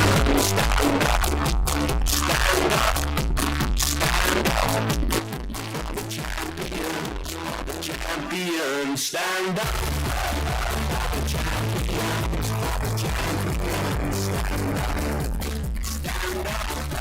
stand up. For the champion, for the champion. Stand up for the champion, for the champion. Stand up, stand up, stand up. For the champion, for the champion. Stand up. Champion, stand up for the champion, for the champion. Stand up, stand up, stand up for the champion, for the champion.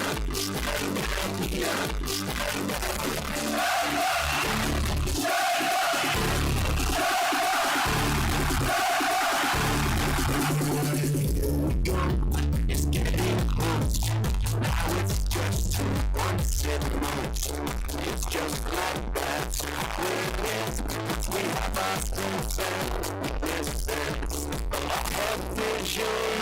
can't you see? I'm on the move, make way for me. Stand up for the champions, for the champions. Stand up, stand up, stand up for the champions, for the champions. Stand up for the champions, for the champions. Stand up, stand up, stand up for the champions, for the champions. Stand up.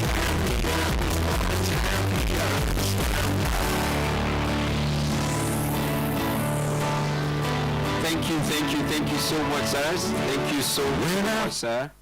Thank you to the founders and the minds behind this initiative.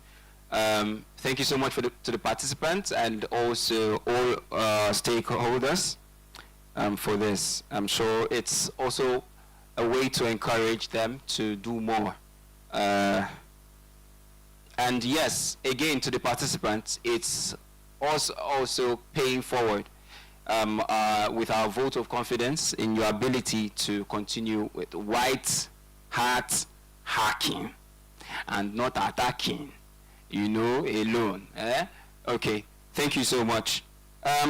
Without further ado, would like to officially launch a platform.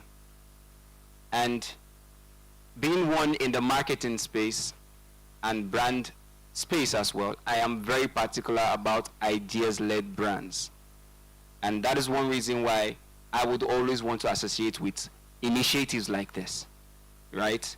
And I have seen it, my engagement with the founders of this summit, the Cybersecure Africa Summit, shows that there is an idea that we're trying to charge.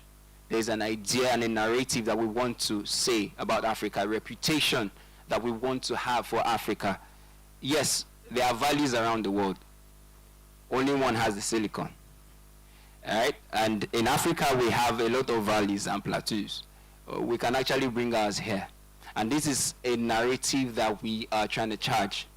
And the launch of this platform, of which our founders would give us more insight as regards where we're going to, what the vision is, what ideas we're trying to charge.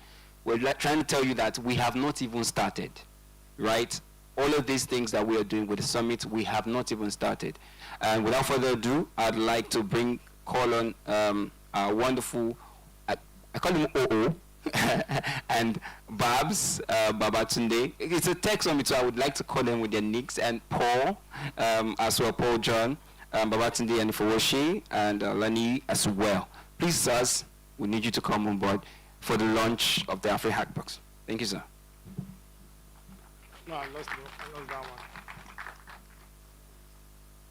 one. Yeah, I think it was mentioned everything we are here to do, and this is what they played on, the AFRIHACKBOX, and today we are launching the platform, which is accessible to not just the 20 players, but the entire 45 players that actually played. We had, like we said, 167 that registered, but playing is another thing entirely.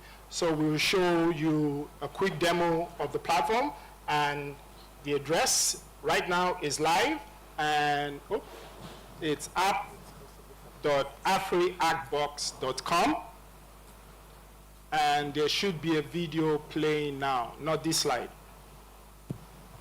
Not this slide. The video. Well, but if you all go to your... I think our next project should be a 5G. Okay. 5G. So they're giving me the hints up there that we should take time, but you should go back. So go back then. You see, you spoiled. Not that you've not spoiled any surprise. The surprise is what everybody is here for. So app.afrihackbox.com is what we have now. So if you go online and type it, you will definitely see the platform. We just want to play the platform for you and give you a brief of what the platform is all about. Like we said, AFRIHACKBOX is not just an African, so it's not just a Nigerian program. We are looking at Africa. And that is why, if you see the logo, AFRIHACKBOX. There's more things to talk about.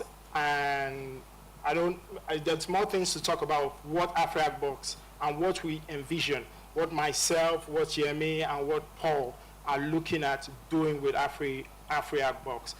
I would also want to thank, before we close, Suwebatu has also been supportive, because when I reached out and asked, look, this is a vision of mine, and wanted a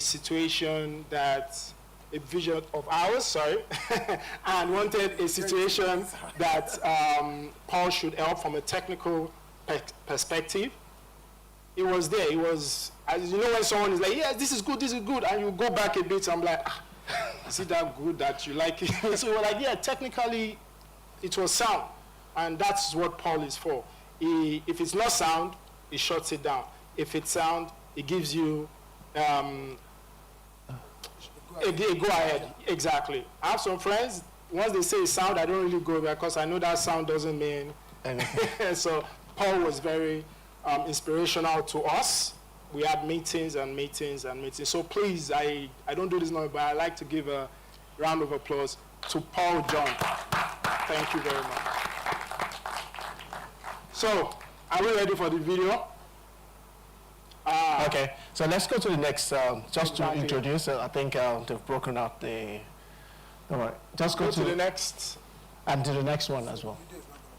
Yeah, so we just go through what we have. As you can see, we came here for AFRIHACKBOX, and AFRIHACKBOX, like we say, is the platform. So I'm not going to dwell too much on that. Like I said, is the first non-profit ethical hacking platform there is in Africa. It is free. Okay? So, next, you want to go with the next? Yes, on top of that, we thought like it's okay to launch a platform that everybody can interact with and learn. But beyond that, there must be something at the back that talks about training, about empowerment as well. So we created an AI-powered learning platform that helps individuals who want to learn about whether ethical hacking or basic technology or cybersecurity to onboard on and do it in a self-paced manner. And also an AI is embedded into it in which that person can ask questions beyond what is in the training content, just to be able to get more insight, more example, and more guides on it. So we launched that as part of the platform as well. Then the third, a powered community. The point is, there's no point having a platform, a learning and mentoring platform, without a learning community. And that is what we have as well. So those that come into the AFRIHACKBOX space will be able to see that they have joined the community, because it's all about learning together. Once you learn together, you become better. Like I said, we came third in the ECOWAS CTF. Actually, we should be first. If you look at the numbers, if you look at the numbers between us, Ivory Coast. Ivory Coast came first. I don't know. I can't remember who came second. I think it was Togo. But first was Ivory Coast. Nigeria was third. We should be first all the time. And the difference between them and us is that they take ethical hacking, or should I say CTF challenges, more seriously. I know Benin and Togo take it quite seriously in terms of investing in labs and the facilities to get going. So community is all about, everybody teaching everyone. If you're the best, you teach the second. If you're the second, you teach the third. If you're the third, you teach the fourth. And it's a community way of learning. So the fourth. Yeah, you don't know I know the fourth of it, but yeah, the fourth is industry-leading events and collaborations, and that is what we started with by creating AFRIHACKBOX, the hackathon event. But beyond that is to have professionals come in as well, and people in this room also, to be able to let others know, collaborate with others, form an event in which we can more promote cybersecurity in a much larger settings beyond this room. And the fifth, which we all say, there's nothing anyone is going to do without wanting to have the final say, which is having a job at the end of the day, or getting paid at the end of the day. So we're in collaboration with companies like Suway Battle, Class Stride, Biosec, and Gautier, both locally and internationally.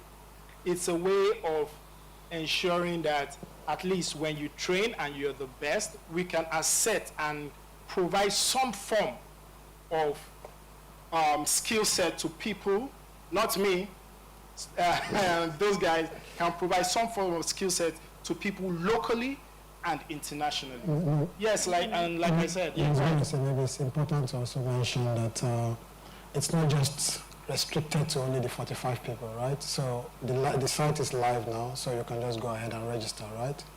And that's where my wonderful partners are the NGOs, while I'm for profit making, like I told you, right? So it's not by because I'm Igbo man, but just so that is where I come in to upskill and to train and to, so it doesn't really matter your level of expertise. So you can come through that tunnel and then you can be guaranteed that you'll be well taken care of. Even though he said that he has a non-profit hat. I have a non-profit hat. You can't tell that. So what Paul is now also talking about is the fact that as AAs is going to interface with major private sector to train individuals in the private sector to be able to defend the country and the continent as well. The dream is Africans defending the world, not the other way around. We want to be the one to defend the world, to show that we have value in the world. Thank you for adding that. I like that part. Is the video ready? Or we should continue? The video is not ready. That's the next part. Go ahead with the slide. Go ahead with the slide then. Next. So if you go to the app.afrihackbox.com, we're just going to mention some key features that are there. I think most of the people that play CTF, they will know most of the features. So we don't want to bore everybody in the room, but the key features for us is, one, the multi-language.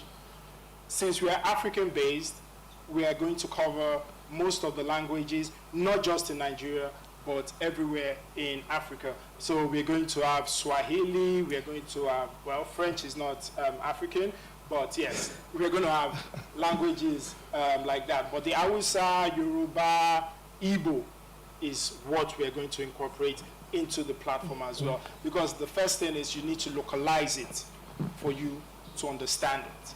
India, or the IT, they always localize it first before they make it international. And that's what we're trying to do. We're going to make sure that everything we do, that we can do within the platform, is localized. And by the way, all of the challenges and targets are named after African names. So you will not find any of the English name in there. They are just weird names like that, but they're African names. And you go, if you're Yoruba, you will say Yoruba name, Igbo name, your Swahili name, and what have you, across the challenge. Oh, okay. Next one is Creator Lounge. The Creator Lounge is something the guys in the community will know about. A Creator Lounge is the fact that we have creators in Africa. The people that create challenges, it's like, I'll break it down to layman, it's like testing yourself. There are people in Africa that create the test challenges. But what we see is that they can't transfer those test challenges to international platforms. They are not given a chance. So we created a Creator Lounge, which means if you're Nigerian, if you're Kenyan, if you're Morocco, as long as you meet the requirements of the challenges, we will accept it, publish it, and it will be in your name. We don't take any credit for that. So that is something, one of the key features, Creator Lounge. Yeah. The third one is recruitment. We know that organizations want to recruit skilled individuals. So by the time we train a lot of people on this platform, they are able to take on the challenges. So how can the organization also vet those individuals? So we're creating an environment in which they can vet anyone by creating those challenges so that you can, an HR can say, yes, I have this pool of 100 people that have applied for this role. I can simply test them if they have enough skill. So we are creating that environment in which recruiters can post jobs and at the same time test them on the platform that they actually have the right skill. And that will be easier for them to be able to employ. Like an extension to that also. I mean, like, so there are possibility to work remotely now, like we know, right? So you can live in Motion, doesn't really matter where you're living, and you're able to get a job abroad.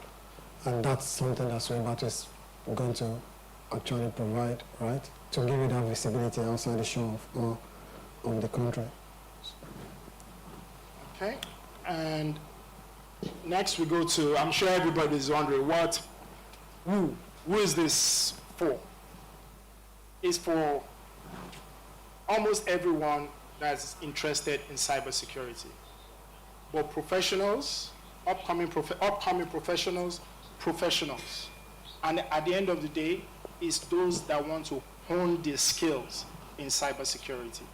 And that's why we're doing it. We're here to help for you to understand. Like I said before, maybe most people didn't, before most people came in. Every young person wants to attack. Some people don't know ethically what they're doing wrong. They're doing wrong, but they don't know it's wrong. What we're here to do is inform them, make them aware, and also assist them in learning. That is the goal. So like, I will call him O because that's the nickname on our YouTube channel. We are always eager to help the young ones to find their path in cybersecurity. So it's for Nigerians and it's for Africans. Yeah, if you don't know anything about technology or cybersecurity, come on the platform. There was this lady during the event, right? She knew nothing, but she was there 24 hours and she was supported from the beginning. She was shown how to even do the basic thing on the platform, and we supported her. So if you don't know, please come on board. We have people that are going to support you to learn. And that's why we also have a learning platform and support to that as well, that will help you to skill up and be the best. So it's all inclusive. Okay, and you're still wondering who is Babatunde Anifoshe and Olayemi Oyeni. Next slide. I don't like the next slide because that's not me. That was back in the days. Yes. So I have 15 years or more experience. I used to be they say I shouldn't say X, that I should always say I was the founding Chief Information Security Officer for the National Identity Management Commission. I was recruited to go to Ghana and then recruited to go to Sweden, where I work for a multinational company. I've been doing information security and cybersecurity for over 20 years. It's been my passion. And like I said, I wanted to give back in any way I can. We are from a family of giving back. If those that know the history know the history. So my mom is laughing. So I think that's me. I will let Yemi go ahead.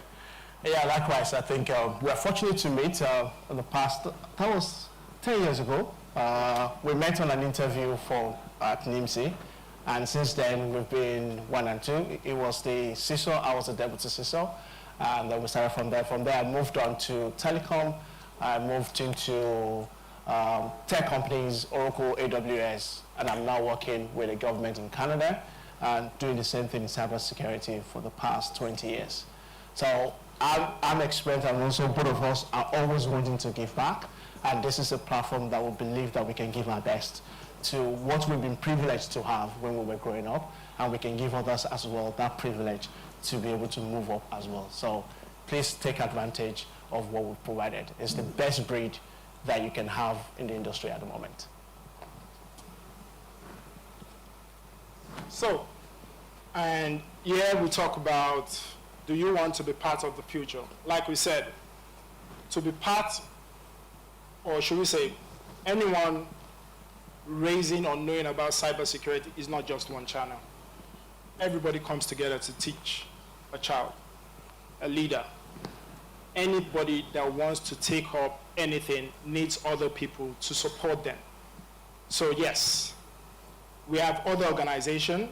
Thank you, Honorable, for coming. Thank you, SGF, for coming.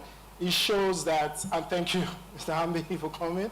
It shows that there are people that see the vision, there are people that understand what we're trying to do, and for that we really, really appreciate.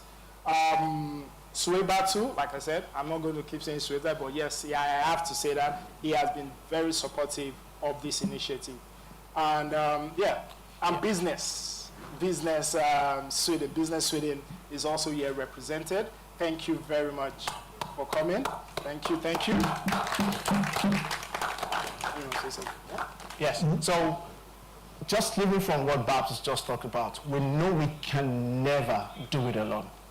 Apart from Suebatu and Business Sweden, and that's why we're also pointing that out. We are plugging into the dreams of Lagos State, NIDA, 3MTT, and other private sector who are the same initiative, and we're expanding that across Africa.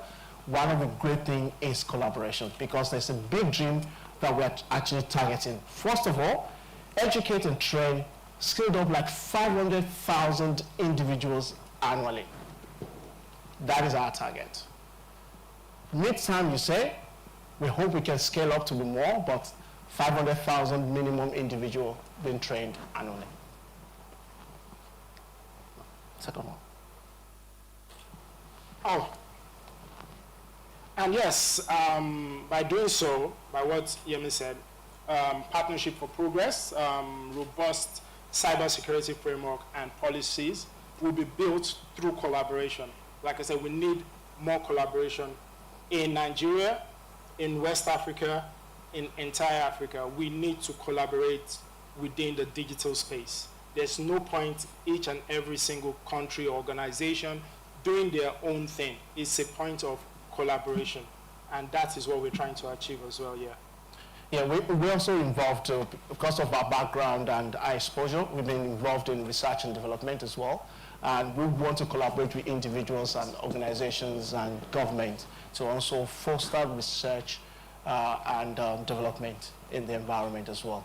We would like to contribute our quota to that.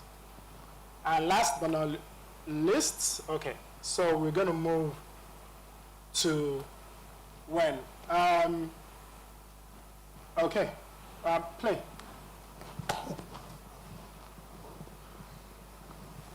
Is the video ready? Okay, the video is not ready.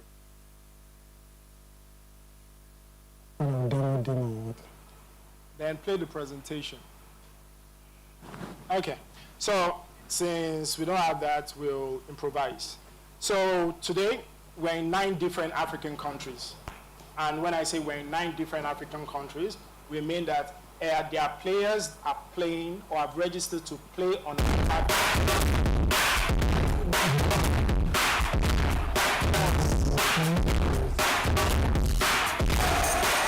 So this is the platform. Well, sorry about that. Now you should have wonders. So this is the platform, and yeah, go ahead.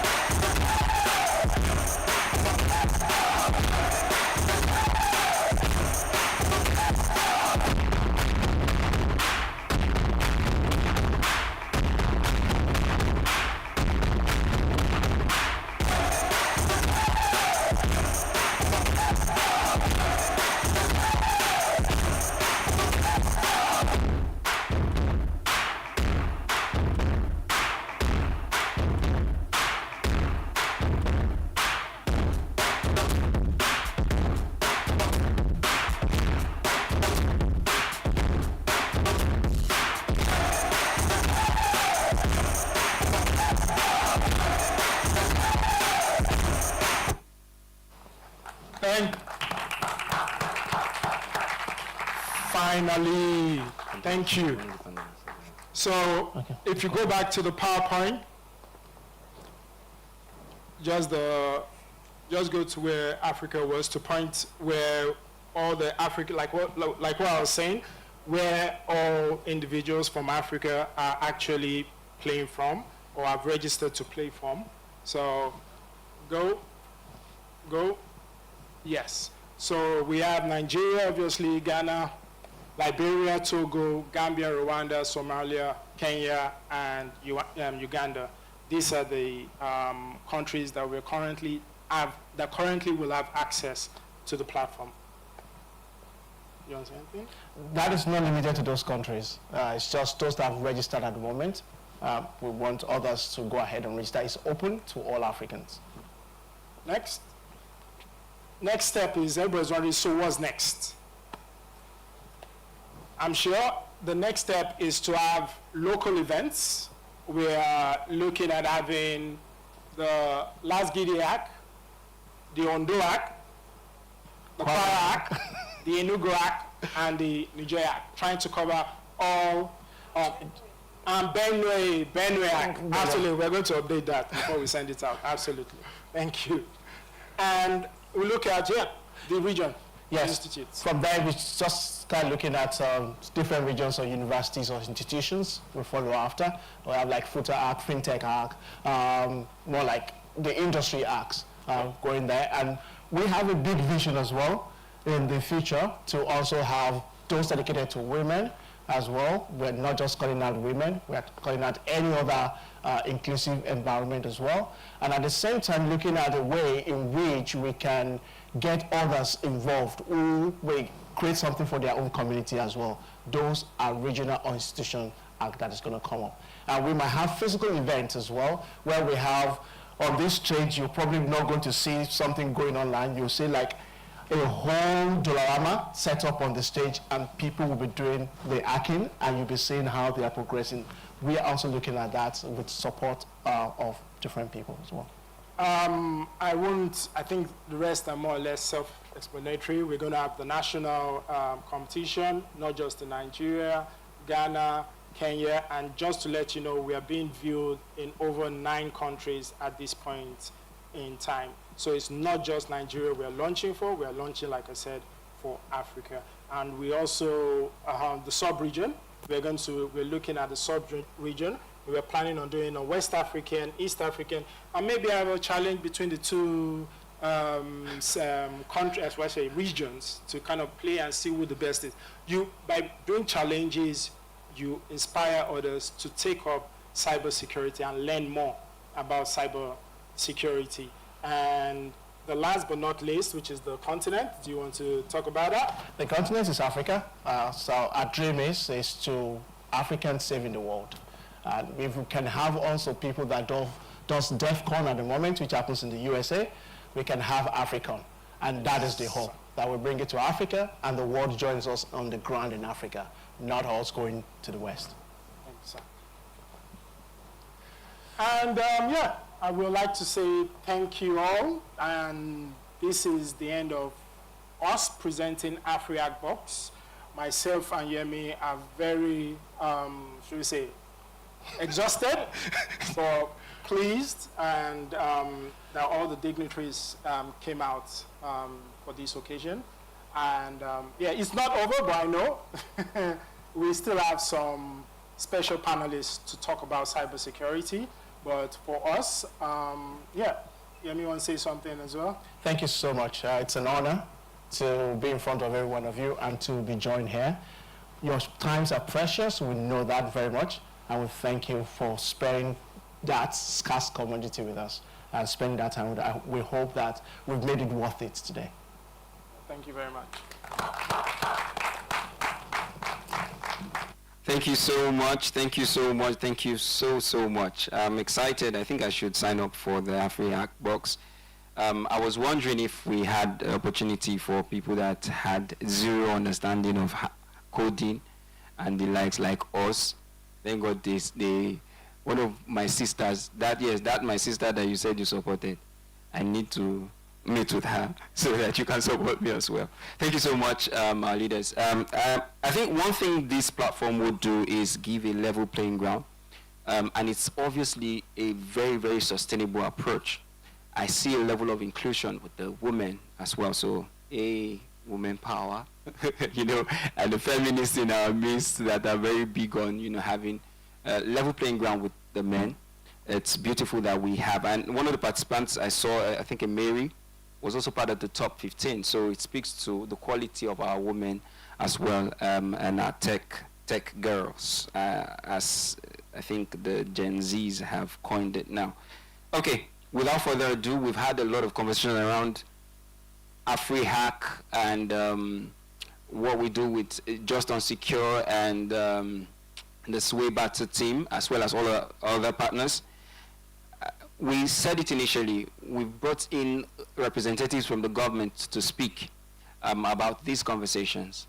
But we also should understand that there are other sectors that are very key and integral to cyber security. We understand what we've been going through in the financial space with banks moving their core systems, you know, and the risk of being hacked. You would not want to wake up and see, you know, someone like me with my calories, you know, in their account go missing, you know, when I wake up tomorrow. You know, we'd have a lot of people roaming on the streets, really angry. And that is why it's very essential that we have conversations like this and we drive initiatives like this. And so we'll be having a panel session. We're almost at the end of this whole journey. So, and you have actually joined us, walked with us through this far. So the panel session, I'll be inviting some of our panelists to come and talk to us and have some conversations. And please, I would appreciate it if we have a participatory approach towards this as well. Conversations from you. We have experts in the room as well that could also contribute to the conversation. I would be inviting first on stage as a product marketing lead for Zcrest. Is a great guy, Adejinodo. Please a round of applause for Adejinodo. While I read his citation, he has a history with brand marketing and product marketing. Remember, something happened recently. And we had the whole street of Lagos and some areas in Nigeria go orange. And because of the need of healthy living, there was a need for everyone to have a bite or a slice of that vitamin C, of a fruit. But another brand came up and said, hey, why should I give you just one? Why can't you have a buffet? Why can't you have others? And so that was a very bold step. And these guys are the guys behind that campaign. Yeah, I had to call him out here so that the world will see, the person behind that very, very creative campaign. So thank you very much, Adejinodo. He'll be joining the panelists. Another person on the list is a C-suite professional with a lot of experience when it comes to cybersecurity and technology. It's a privilege to actually introduce him. It's Toby Olaniyan, sir. Please, Mr. Toby Olaniyan. Do we have him here? Thank you, sir. Please, a round of applause for Mr. Toby Olaniyan. Out of his tight schedule, he has made it here. He's a cybersecurity leader, supporting CISO in providing cybersecurity leadership, defining and driving the cybersecurity strategy in the foremost African financial institution. Okay. I think internally, and this is going to last for a couple of minutes, so please, it would be great if we have interactions from our audience. We'd also have the founders come around to also join the conversation. Babatunde Manifowoshi, please. We'll need you to come on stage. The CEO of Just Unsecure. And yes. And finally, the fourth panelists would be none other than Olayemi Oyeni. And this will be a conversation that my boss Olayemi would be championing, moderating as well. It's a conversation that is very, very necessary at the time, and key stakeholders from the financial sector and cybersecurity sector would also be driving this conversation. Thank you very much, sirs. I would have to cede this to you. Thank you.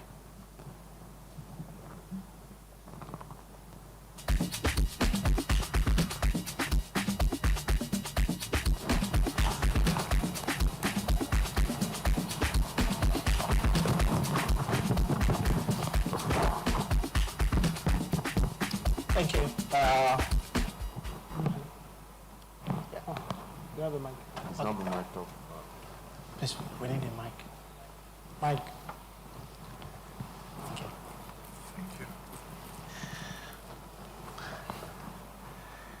I know you've heard so much today, but this is also a way to hear from professionals who are practitioners in the industry, to have perspective on few things that might also help each and every one of us.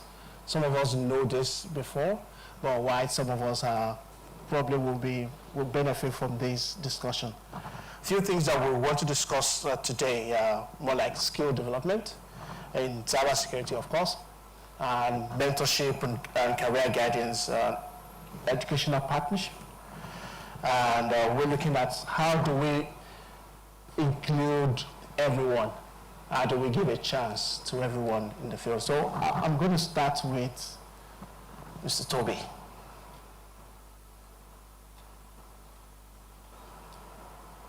What's this question? Yeah, this question is on diversity, right? Correct.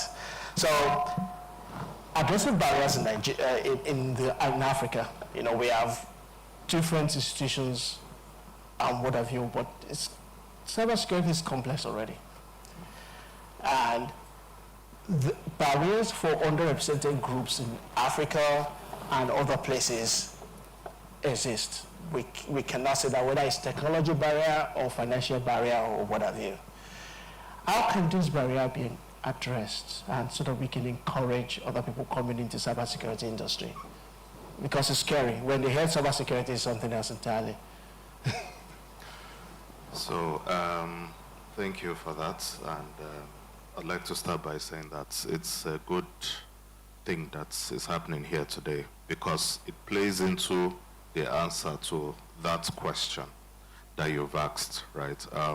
So what we find is that while there are a lot of materials in the West, you know, that cater to needs for training and in cybersecurity and all of that, you rarely find, or there are not as much material for underrepresented groups, right? So things are not as customized, which makes it easier. There's some sort of barrier for learning for people, and you know, we know the second order effects of that, right? If, for example, you are trying to apply for a role, an international role, and you're competing with people from, you know, the West, you are at a disadvantage because there's a perception that maybe you are not as qualified and all of that. But you know, addressing those barriers the way you have asked the question, the thing that we're doing here, you know, this AFRIHACKBOX, right, is a very good way of addressing that. And you know, because for the platform that is being launched today, is very customized to our African context. You know, like you said earlier, you were talking about how some things are named in Nigerian names and all of that, right? We have the African languages, you know.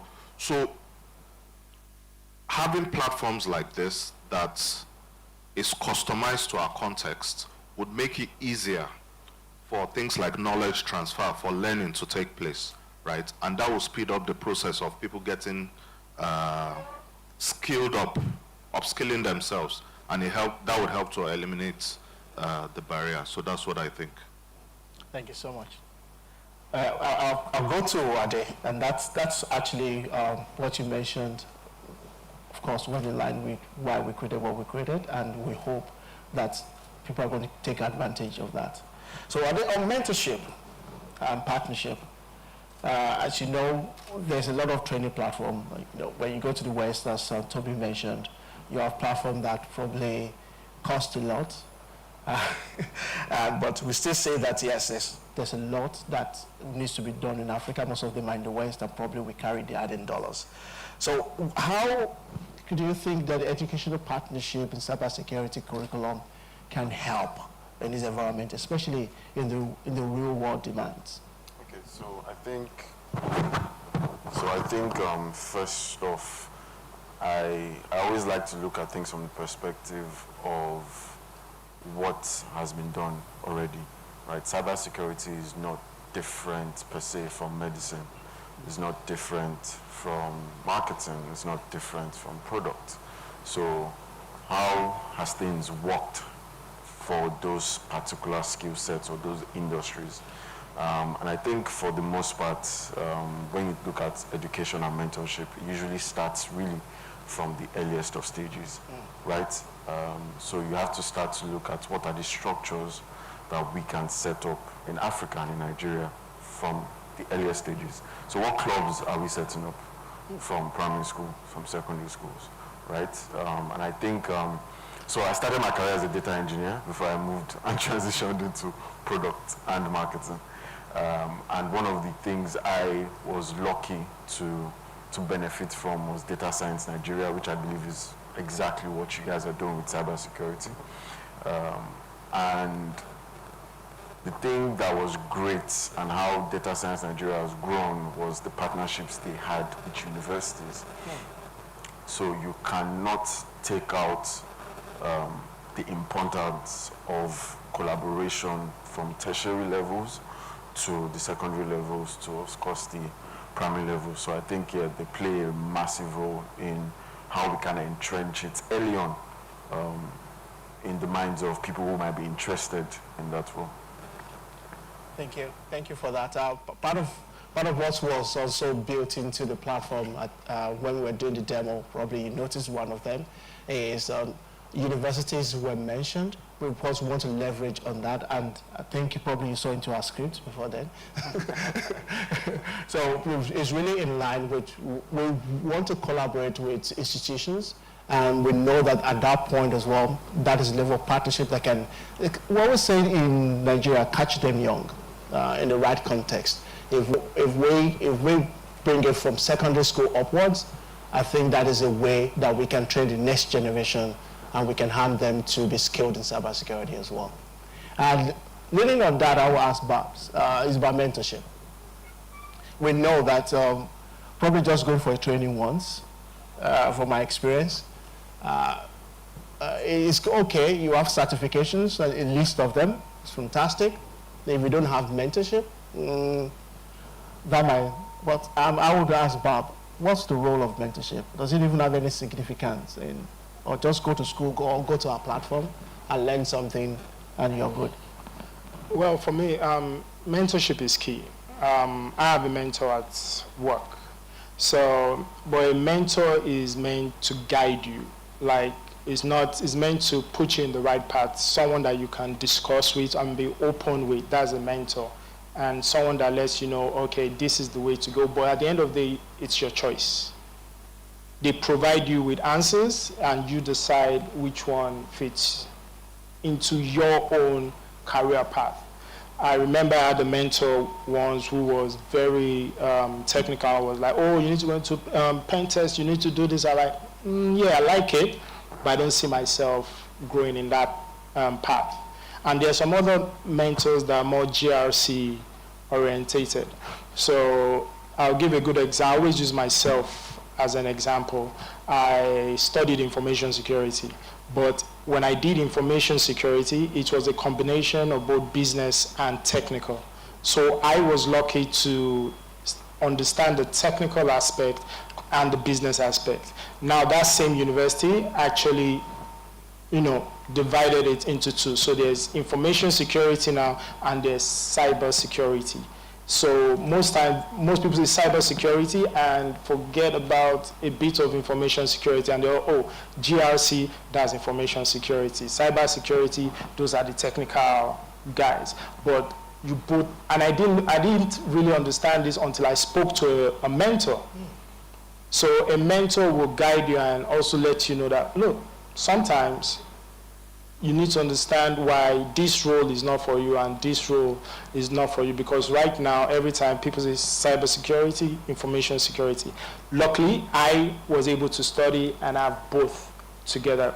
Currently, that is not the case. So mentorship would definitely guide you in the right path.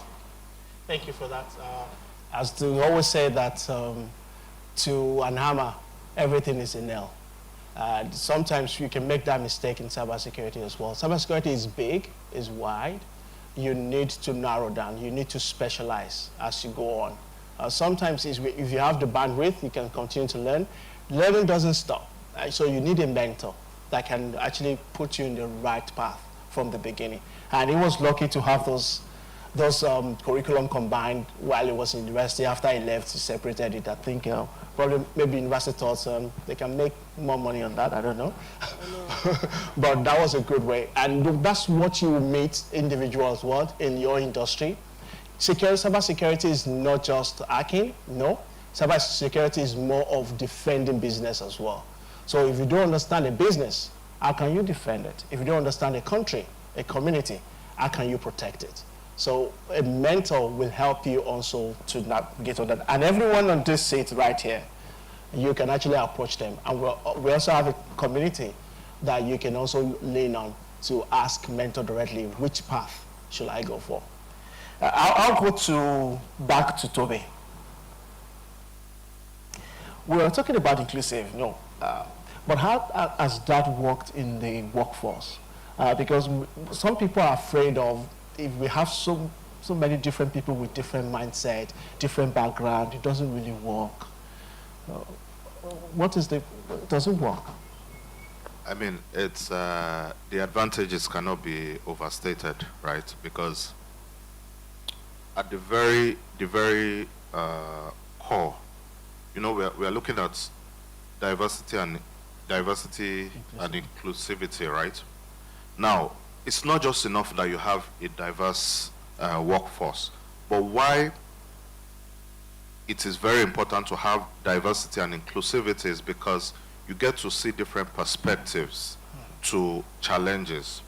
So, for example, if you are, you're working for a multinational, and then you are interacting with people from other countries, maybe interacting with Indians, interacting with Pakistanis, and then you speak well with them. I'm talking from personal experience. Now, you get to understand how certain types of cyber crimes are committed in some of these other countries, right? Nigeria sometimes is being, we have a reputation, if you are abroad, you meet an American, they are quick to crack the African prince joke, right? But Nigerians are not the worst when it comes to these crimes.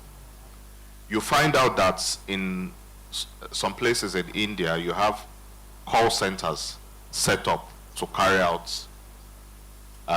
cyber crimes. But if you are an American, for example, you are not diverse, you don't have a diverse workforce, and you don't get an insight into how some of these crimes work from some of these other countries, you are limited in how you can protect yourself and your organization from some of these cyber crimes. So I think that's the should I say, way I can phrase the response. Having that diversity and inclusivity in your team would help open you up to different perspectives on crime, how to protect yourself, and even just diversity in terms of the type of ideas, that come to the team in terms of maybe the things that you want to implement or controls you want to put in place. So that's why I said that it cannot be overstated. Thank you. Ade, following up with that, he talked about core things like the crime is not only in Nigeria. What is the role of practical exercise to be able to skill up individuals? Is that necessary, or is it just hire people from different countries and we sit in a room, I don't know, or we just go for a training, 5 days boot camp, certification, and we are done? I think, again, the answer is, I mean, you guys have built the answer, right? Because, like, we've clearly identified theoretical learning is not enough, right? If someone signs up on Africa Hackbox, now does a lesson, does a few lessons, does 3, 4, 5 lessons, does 100 lessons, but there's nowhere to practice it. They've really not learned anything per se. And again, why I started, I mean, the first response I gave, I looked at cybersecurity and medicine essentially as the same thing, right? Because medicine is focused on, I mean, the treatment of the human body. And with the human body, if you look at the human body, the viruses, the diseases that we've gotten have evolved over time. And you replicate that with the internet, the sort of attacks that you can get have also evolved. Started with phishing attacks, to then ransomware, to malware, and even identity theft as well. So you cannot take away practicing or the practical application of what you learn on the field. You can't take it out, because I think it's important that when it comes to teaching, we just don't look at, okay, this is what the textbook describes cybersecurity as. What is actually, because it's always going to change. I mean, now that we have, what's it called, the metaverse, we have Internet of Things as well that have come into play. Even self-driving cars, there is a whole different level of how can I practice what I have learned on a textbook in real life scenarios. So I think when you look at it from the universities, the clubs that exist to people, can we actually provide people with practical, what would I say now? I don't know how to term this, but practical exercises to put into practice what they learn. Because, I mean, the textbook is never going to do justice to that. Perfect. Thank you so much for that. And I'll go to one of the things that, this is unfair right here. I'm going to ask Bab first this question, and I'm going to throw it open to the two of you as well. One thing I said, when you're looking ahead, Babs, what is your vision for the cybersecurity, the future of cybersecurity talent development in Africa? Well, that's a very good question. I think that's why we started this initiative. Let me talk from an Indian perspective. India is not worried about Japa syndrome because they have a windmill turning out IT people. Whatever IT, you have Indians doing it. That's the vision we have. We shouldn't be scared, oh, Japa, things are falling apart. We should have a windmill of IT professionals going out. And the problem is the practical. The knowledge is always there, though, let's call it spade. The practical is also there, but it's not there from an African perspective. So if you tell someone you learned in a platform, let's say another platform out there, really, they don't know how to vouch for that. They don't know how to say, it's just like somebody posting a job in, let's say, I won't give credit, I've met him, so Jobberman, and somebody posting the same job in, I don't know, somewhere in Europe. You will probably go for Jobberman because you know his local content. The guy probably knows, he knows the company, so you apply for that, and that's the same thing. And that's why I said we have a platform that will ensure that we can showcase Africa. We can showcase the people that are playing. So for me, it's a turn mill, like, get people in Nigeria, get people that to showcase their skill. Let people say, come to AFRIHACKBOX and say, well, who is that guy that solved the most difficult ethical hacking challenge we put out there? Like we said in our presentation, one of the features is job boards where companies can post and they can do assessment, and they can be the ones to write the challenges. You understand? Say, look, this is the kind of challenge we want to test because it will let us know the kind of people we want in our organization and let them do the vetting process.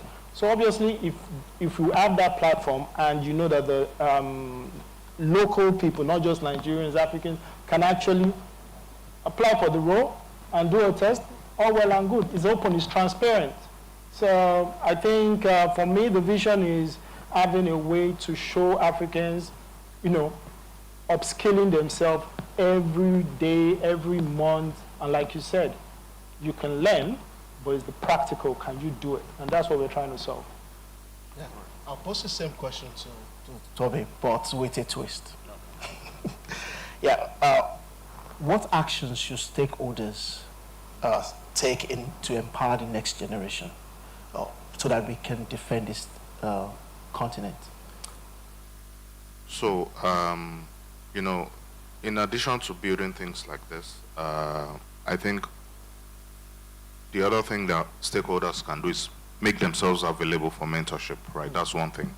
So we talked about mentorship, and in addition to all of the things that was said when you were answering, talking about why we needed a mentor and all of that, you need people to show you the path that they have themselves walked, right? So that you can learn from whatever they did right and whatever they did wrong, right? And then it makes it easier for the next generation to pick up those lessons. So mentorship is a good way to go.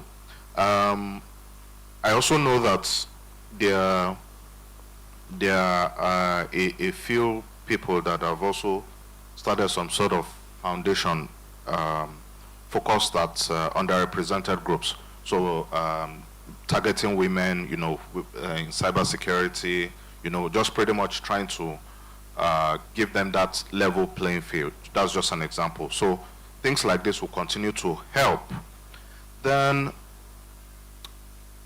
I know back when I was in the university, I think it was just one university in Nigeria that had a BSc in cybersecurity program, right, back then.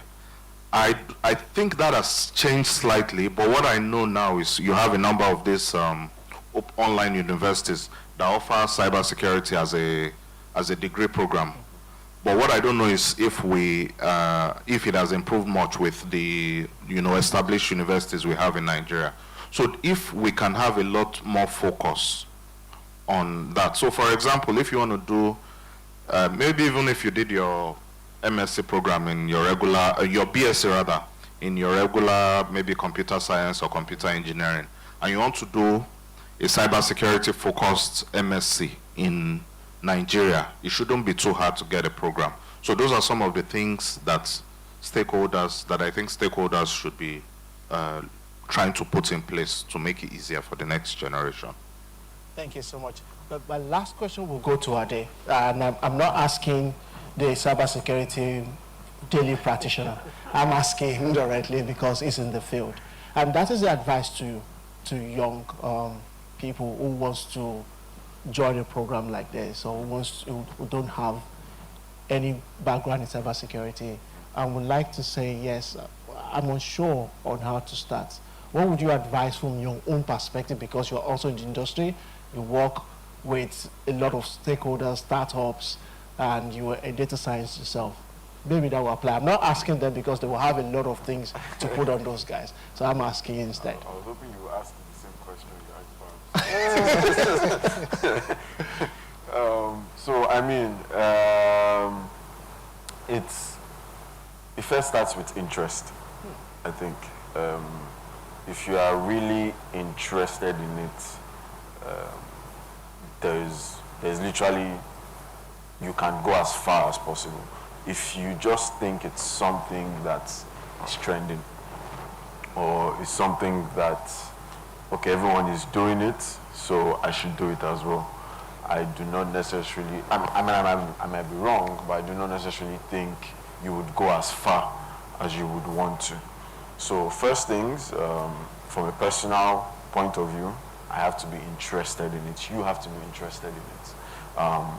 And once you are clear of your interest, then you identify people that have succeeded in cybersecurity, both in Africa and both in the West. So then you're able to plot out your map or the roadmap for your own growth and your own advancement in that space.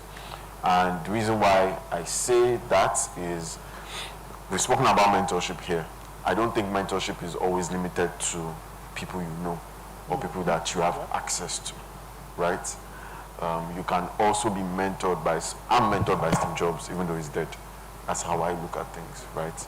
I'm mentored by Bill Gates. I'm mentored by, who's the Nigerian guy? What's his name? Founder of Flutterwave, right? So these are people, I don't know them, but you study what they are doing. You study the way they run their businesses.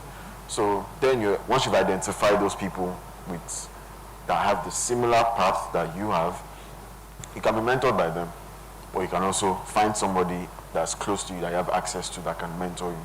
So I think those three things: your interest, you have an idea of where it is you want to go, you find someone that replicates that idea and image of where you want to go, then you start to map out your own study plan. I'm not going to go into detail of the tools. I mean, we're in the age of the internet. So I think everyone already knows where you can. There's ChatGPT, there's Google, there's Yahoo. So I mean, I think those three core things, once you have that identified, you can literally advance and grow. Absolutely. Now is a fair time that I go to Tony. Okay. Yeah, please. Yeah, so. Yeah. Okay. So just to sort of a bit expand on the interest part, because that interest is like the most important ingredient here. Cybersecurity can be hard, right? Because things change very quickly. You could encounter frustrations along your way if you don't keep up in terms of self-studying. You don't have that self-motivation. You can quickly find yourself being left behind. So what keeps anyone going is just that interest, right? So that's why it is very, very important. So I just wanted to add that. Thank you. You don't need to have a degree to start. And that is why you can take advantage of a platform like this. If you ask me, and I'm going to tell you, my first degree was not in computer science. Trust me. You don't want to tell them? Not yet. But from 20 years to today, I've been in it, and I've grown from one level to the other. So you can do it as well. And I want to thank the panelists. Thank you so much for this insight. And we're happy that you're here. Any last word from you, perhaps? Well, I think everyone has covered everything we wanted to talk about. And anybody that is inspired, wants to be in cybersecurity, I think from the CTF challenge we did, the young people were overly subscribed. As in, we only wanted 300 people. We got 500. 700, but 200 from other African countries, 500 from Nigeria. And they are all under their 30s. There is a wealth of talent in Nigeria, and they want to know, but they need to be guided on how to know. So what I mean by that, like I said, I met some of them, and what they want is attack, attack, attack. They want to attack this infrastructure. I'm like, no, you don't just attack an infrastructure. You don't want to go to jail. So because sometimes they do it and they don't understand why, if the police finds out why the police is, Shebi was open and it was free. If it's on the internet, it's free. Let me hack it. But you need to be guided. You need to, even if you find loopholes, there are ways and procedures you need to tell the organization that, look, I found this loophole in your financial system, in your telco system. There are ways to go about it that you will be awarded for it. So you need to be open. That's why we say it's an ethical hacking platform. You will be guided on what to do, how to do it, and be able to be known in the industry. And that's what we're trying to do. Cybersecurity is for everybody. Strictly for everybody. I've been in cybersecurity there long. I did that in my BA and my master's, but yes, cybersecurity. Without no knowledge, you can start and you can rise to the top. So it's a long game, but if you're willing to do it, keep your head down, keep pushing, and you'll get to the top. Thank you so much. I don't know if we are free to ask individuals who want to ask questions, right? Oh, great, please. Oh no, I think it was just showing his nose. Does anybody want to ask questions? The rest of them, okay. yes. Oh, yeah. If you talk, maybe it's loud. You don't know. I'm not sure. Okay, so. Hello.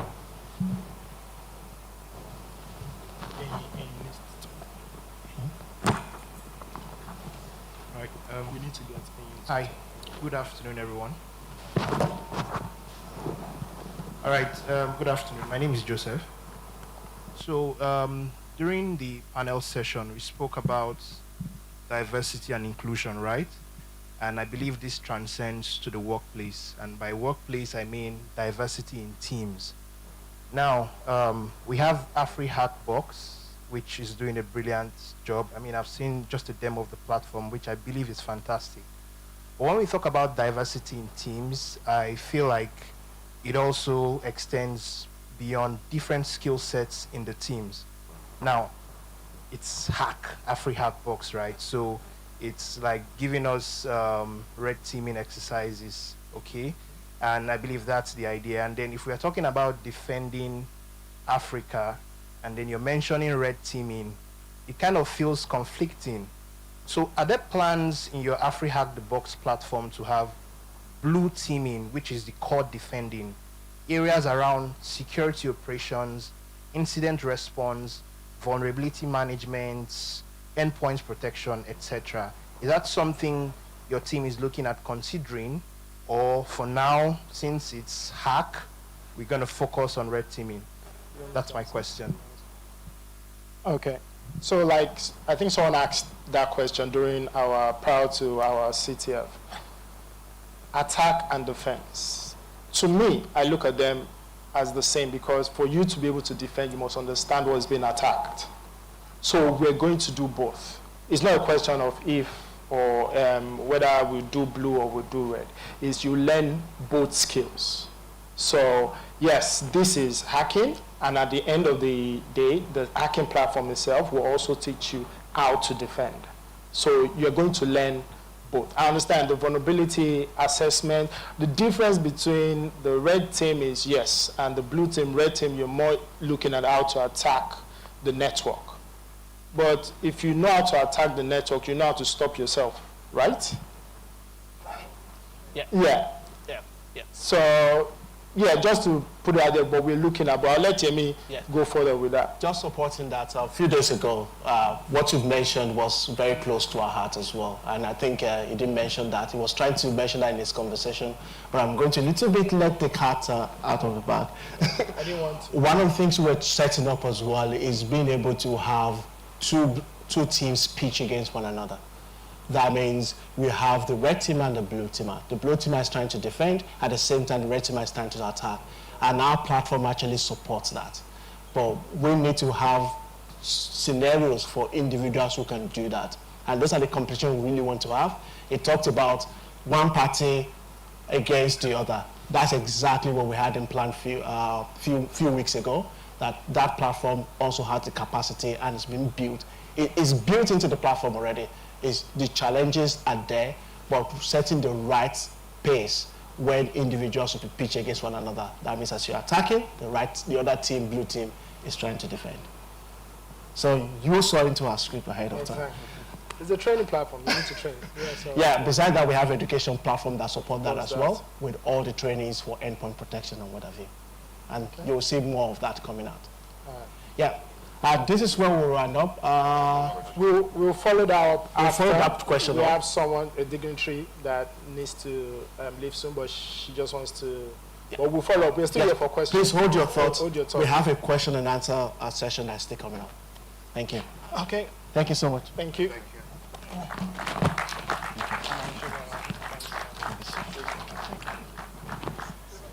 you want to take a picture?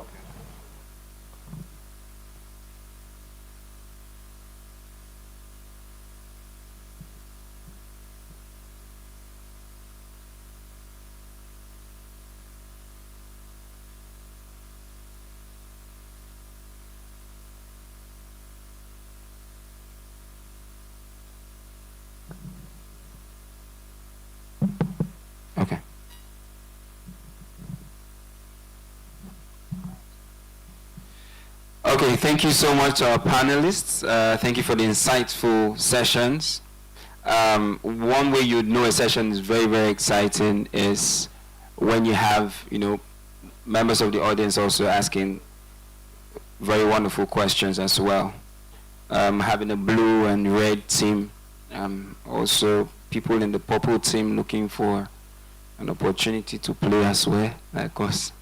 Somewhere in between, we'll just be cheering you people on, as it goes. Without further ado, I'd like to bring on board, it's a business conversation. For the next 10 minutes, 15 minutes, she is going to be talking about Nordic collaboration with Nigeria in information technology, looking at unlocking IT synergies, promoting innovation between the Nordics and Nigeria. Basically diaspora and Nigeria, and none other than Miss Ehi. A round of applause please for her. It's going to be... Yes, please.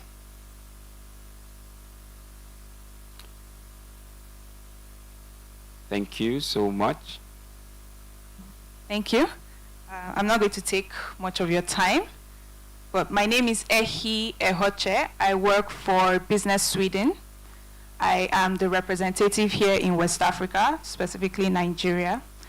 Business Sweden is the Swedish Trade and Invest Council. So basically what we do is to support Swedish companies that are here in Nigeria.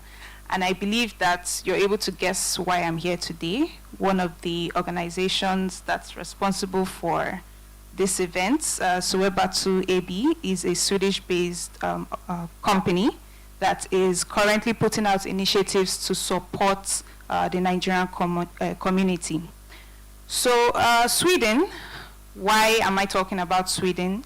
Sweden is consistently ranked as one of the most competitive, sustainability-linked, business-friendly, innovative countries in the world. And Sweden and Nigeria's relationship, I can tell you that there is a growing relationship. It's blossoming.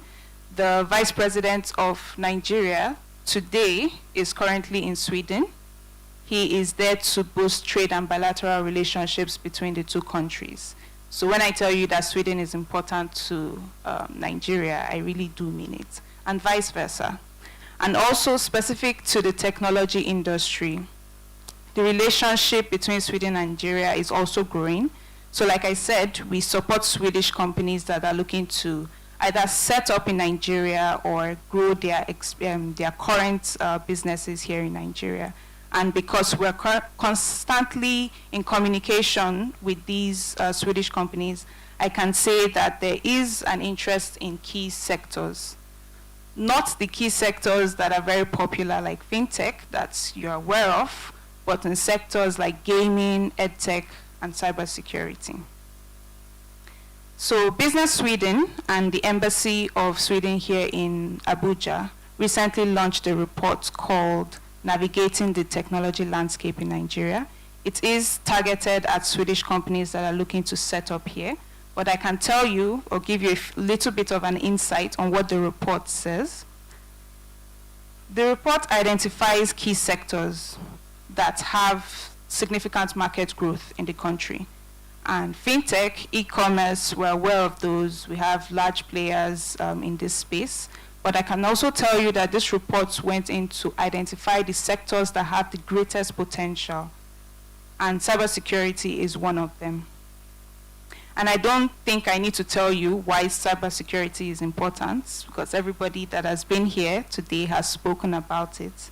But you need to know that as all other sectors are growing, fintech, e-commerce, agri-tech, edutech, that's educational technology, agri-tech, you have to know that cybersecurity is going to grow alongside it. You cannot have a digital platform, you cannot have a website, you cannot call yourself a digital company and not require the services of somebody that offers cybersecurity. It's just not possible. So you need to know that participating in such an event, being interested in cybersecurity, it's not a waste. And that's why this platform is being launched today. It's really important, and I implore each and every one of you to take advantage of this opportunity. And I would also like to use my time here to congratulate the winners and those that were able to participate. We are looking forward to seeing and hearing more of you in the industry. We want to be able to look at the tech landscape 2-3 years from now and say, yes, this person that is leading the industry came from this platform. And I'd also like to thank Just Unsecure. I'd also like to thank Sorobatu for this initiative. It's definitely needed and necessary here in Nigeria and Africa. And I can tell you that you will reap the rewards of this initiative. And thank you to all of you that are here today, and do have a wonderful day. Thank you.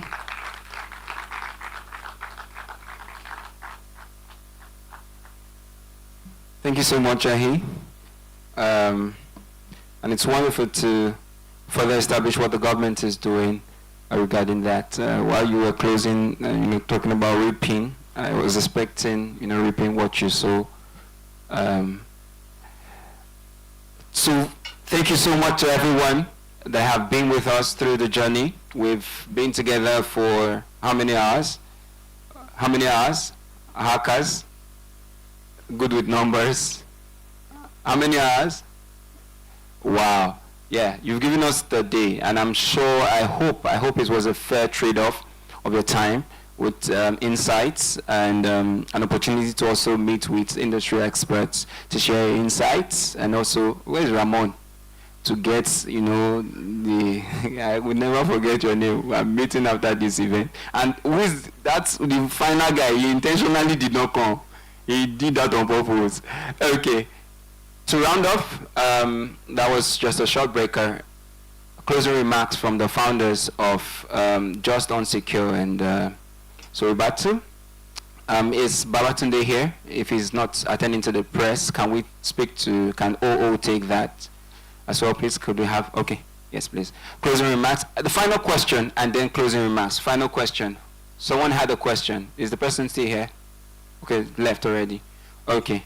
Please, you could also engage on all social media platforms with the hashtags on the screen, Just Unsecure, AFRIHACKBOX Niger 24, Cyber Secure Africa Summit 2024. Please.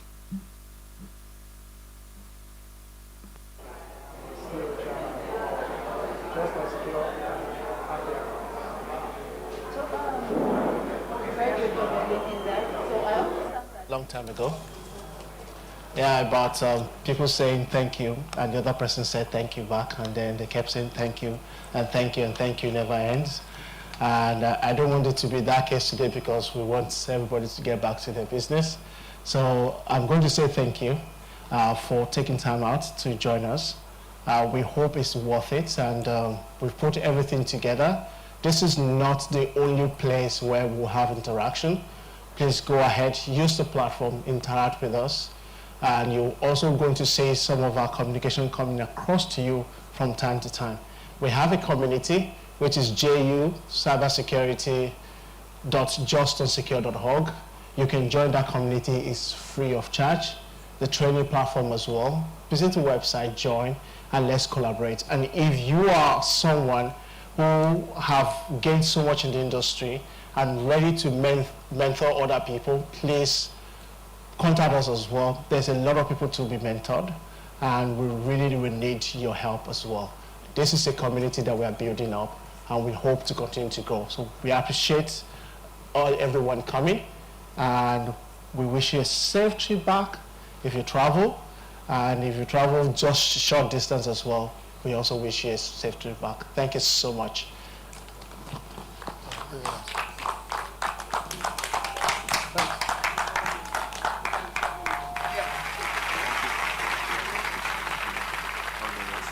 Congratulations.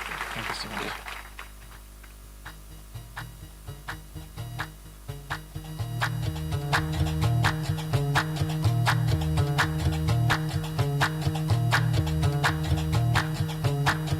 Thank you very much, everyone. I think Tunde gave us a hint earlier. There is food.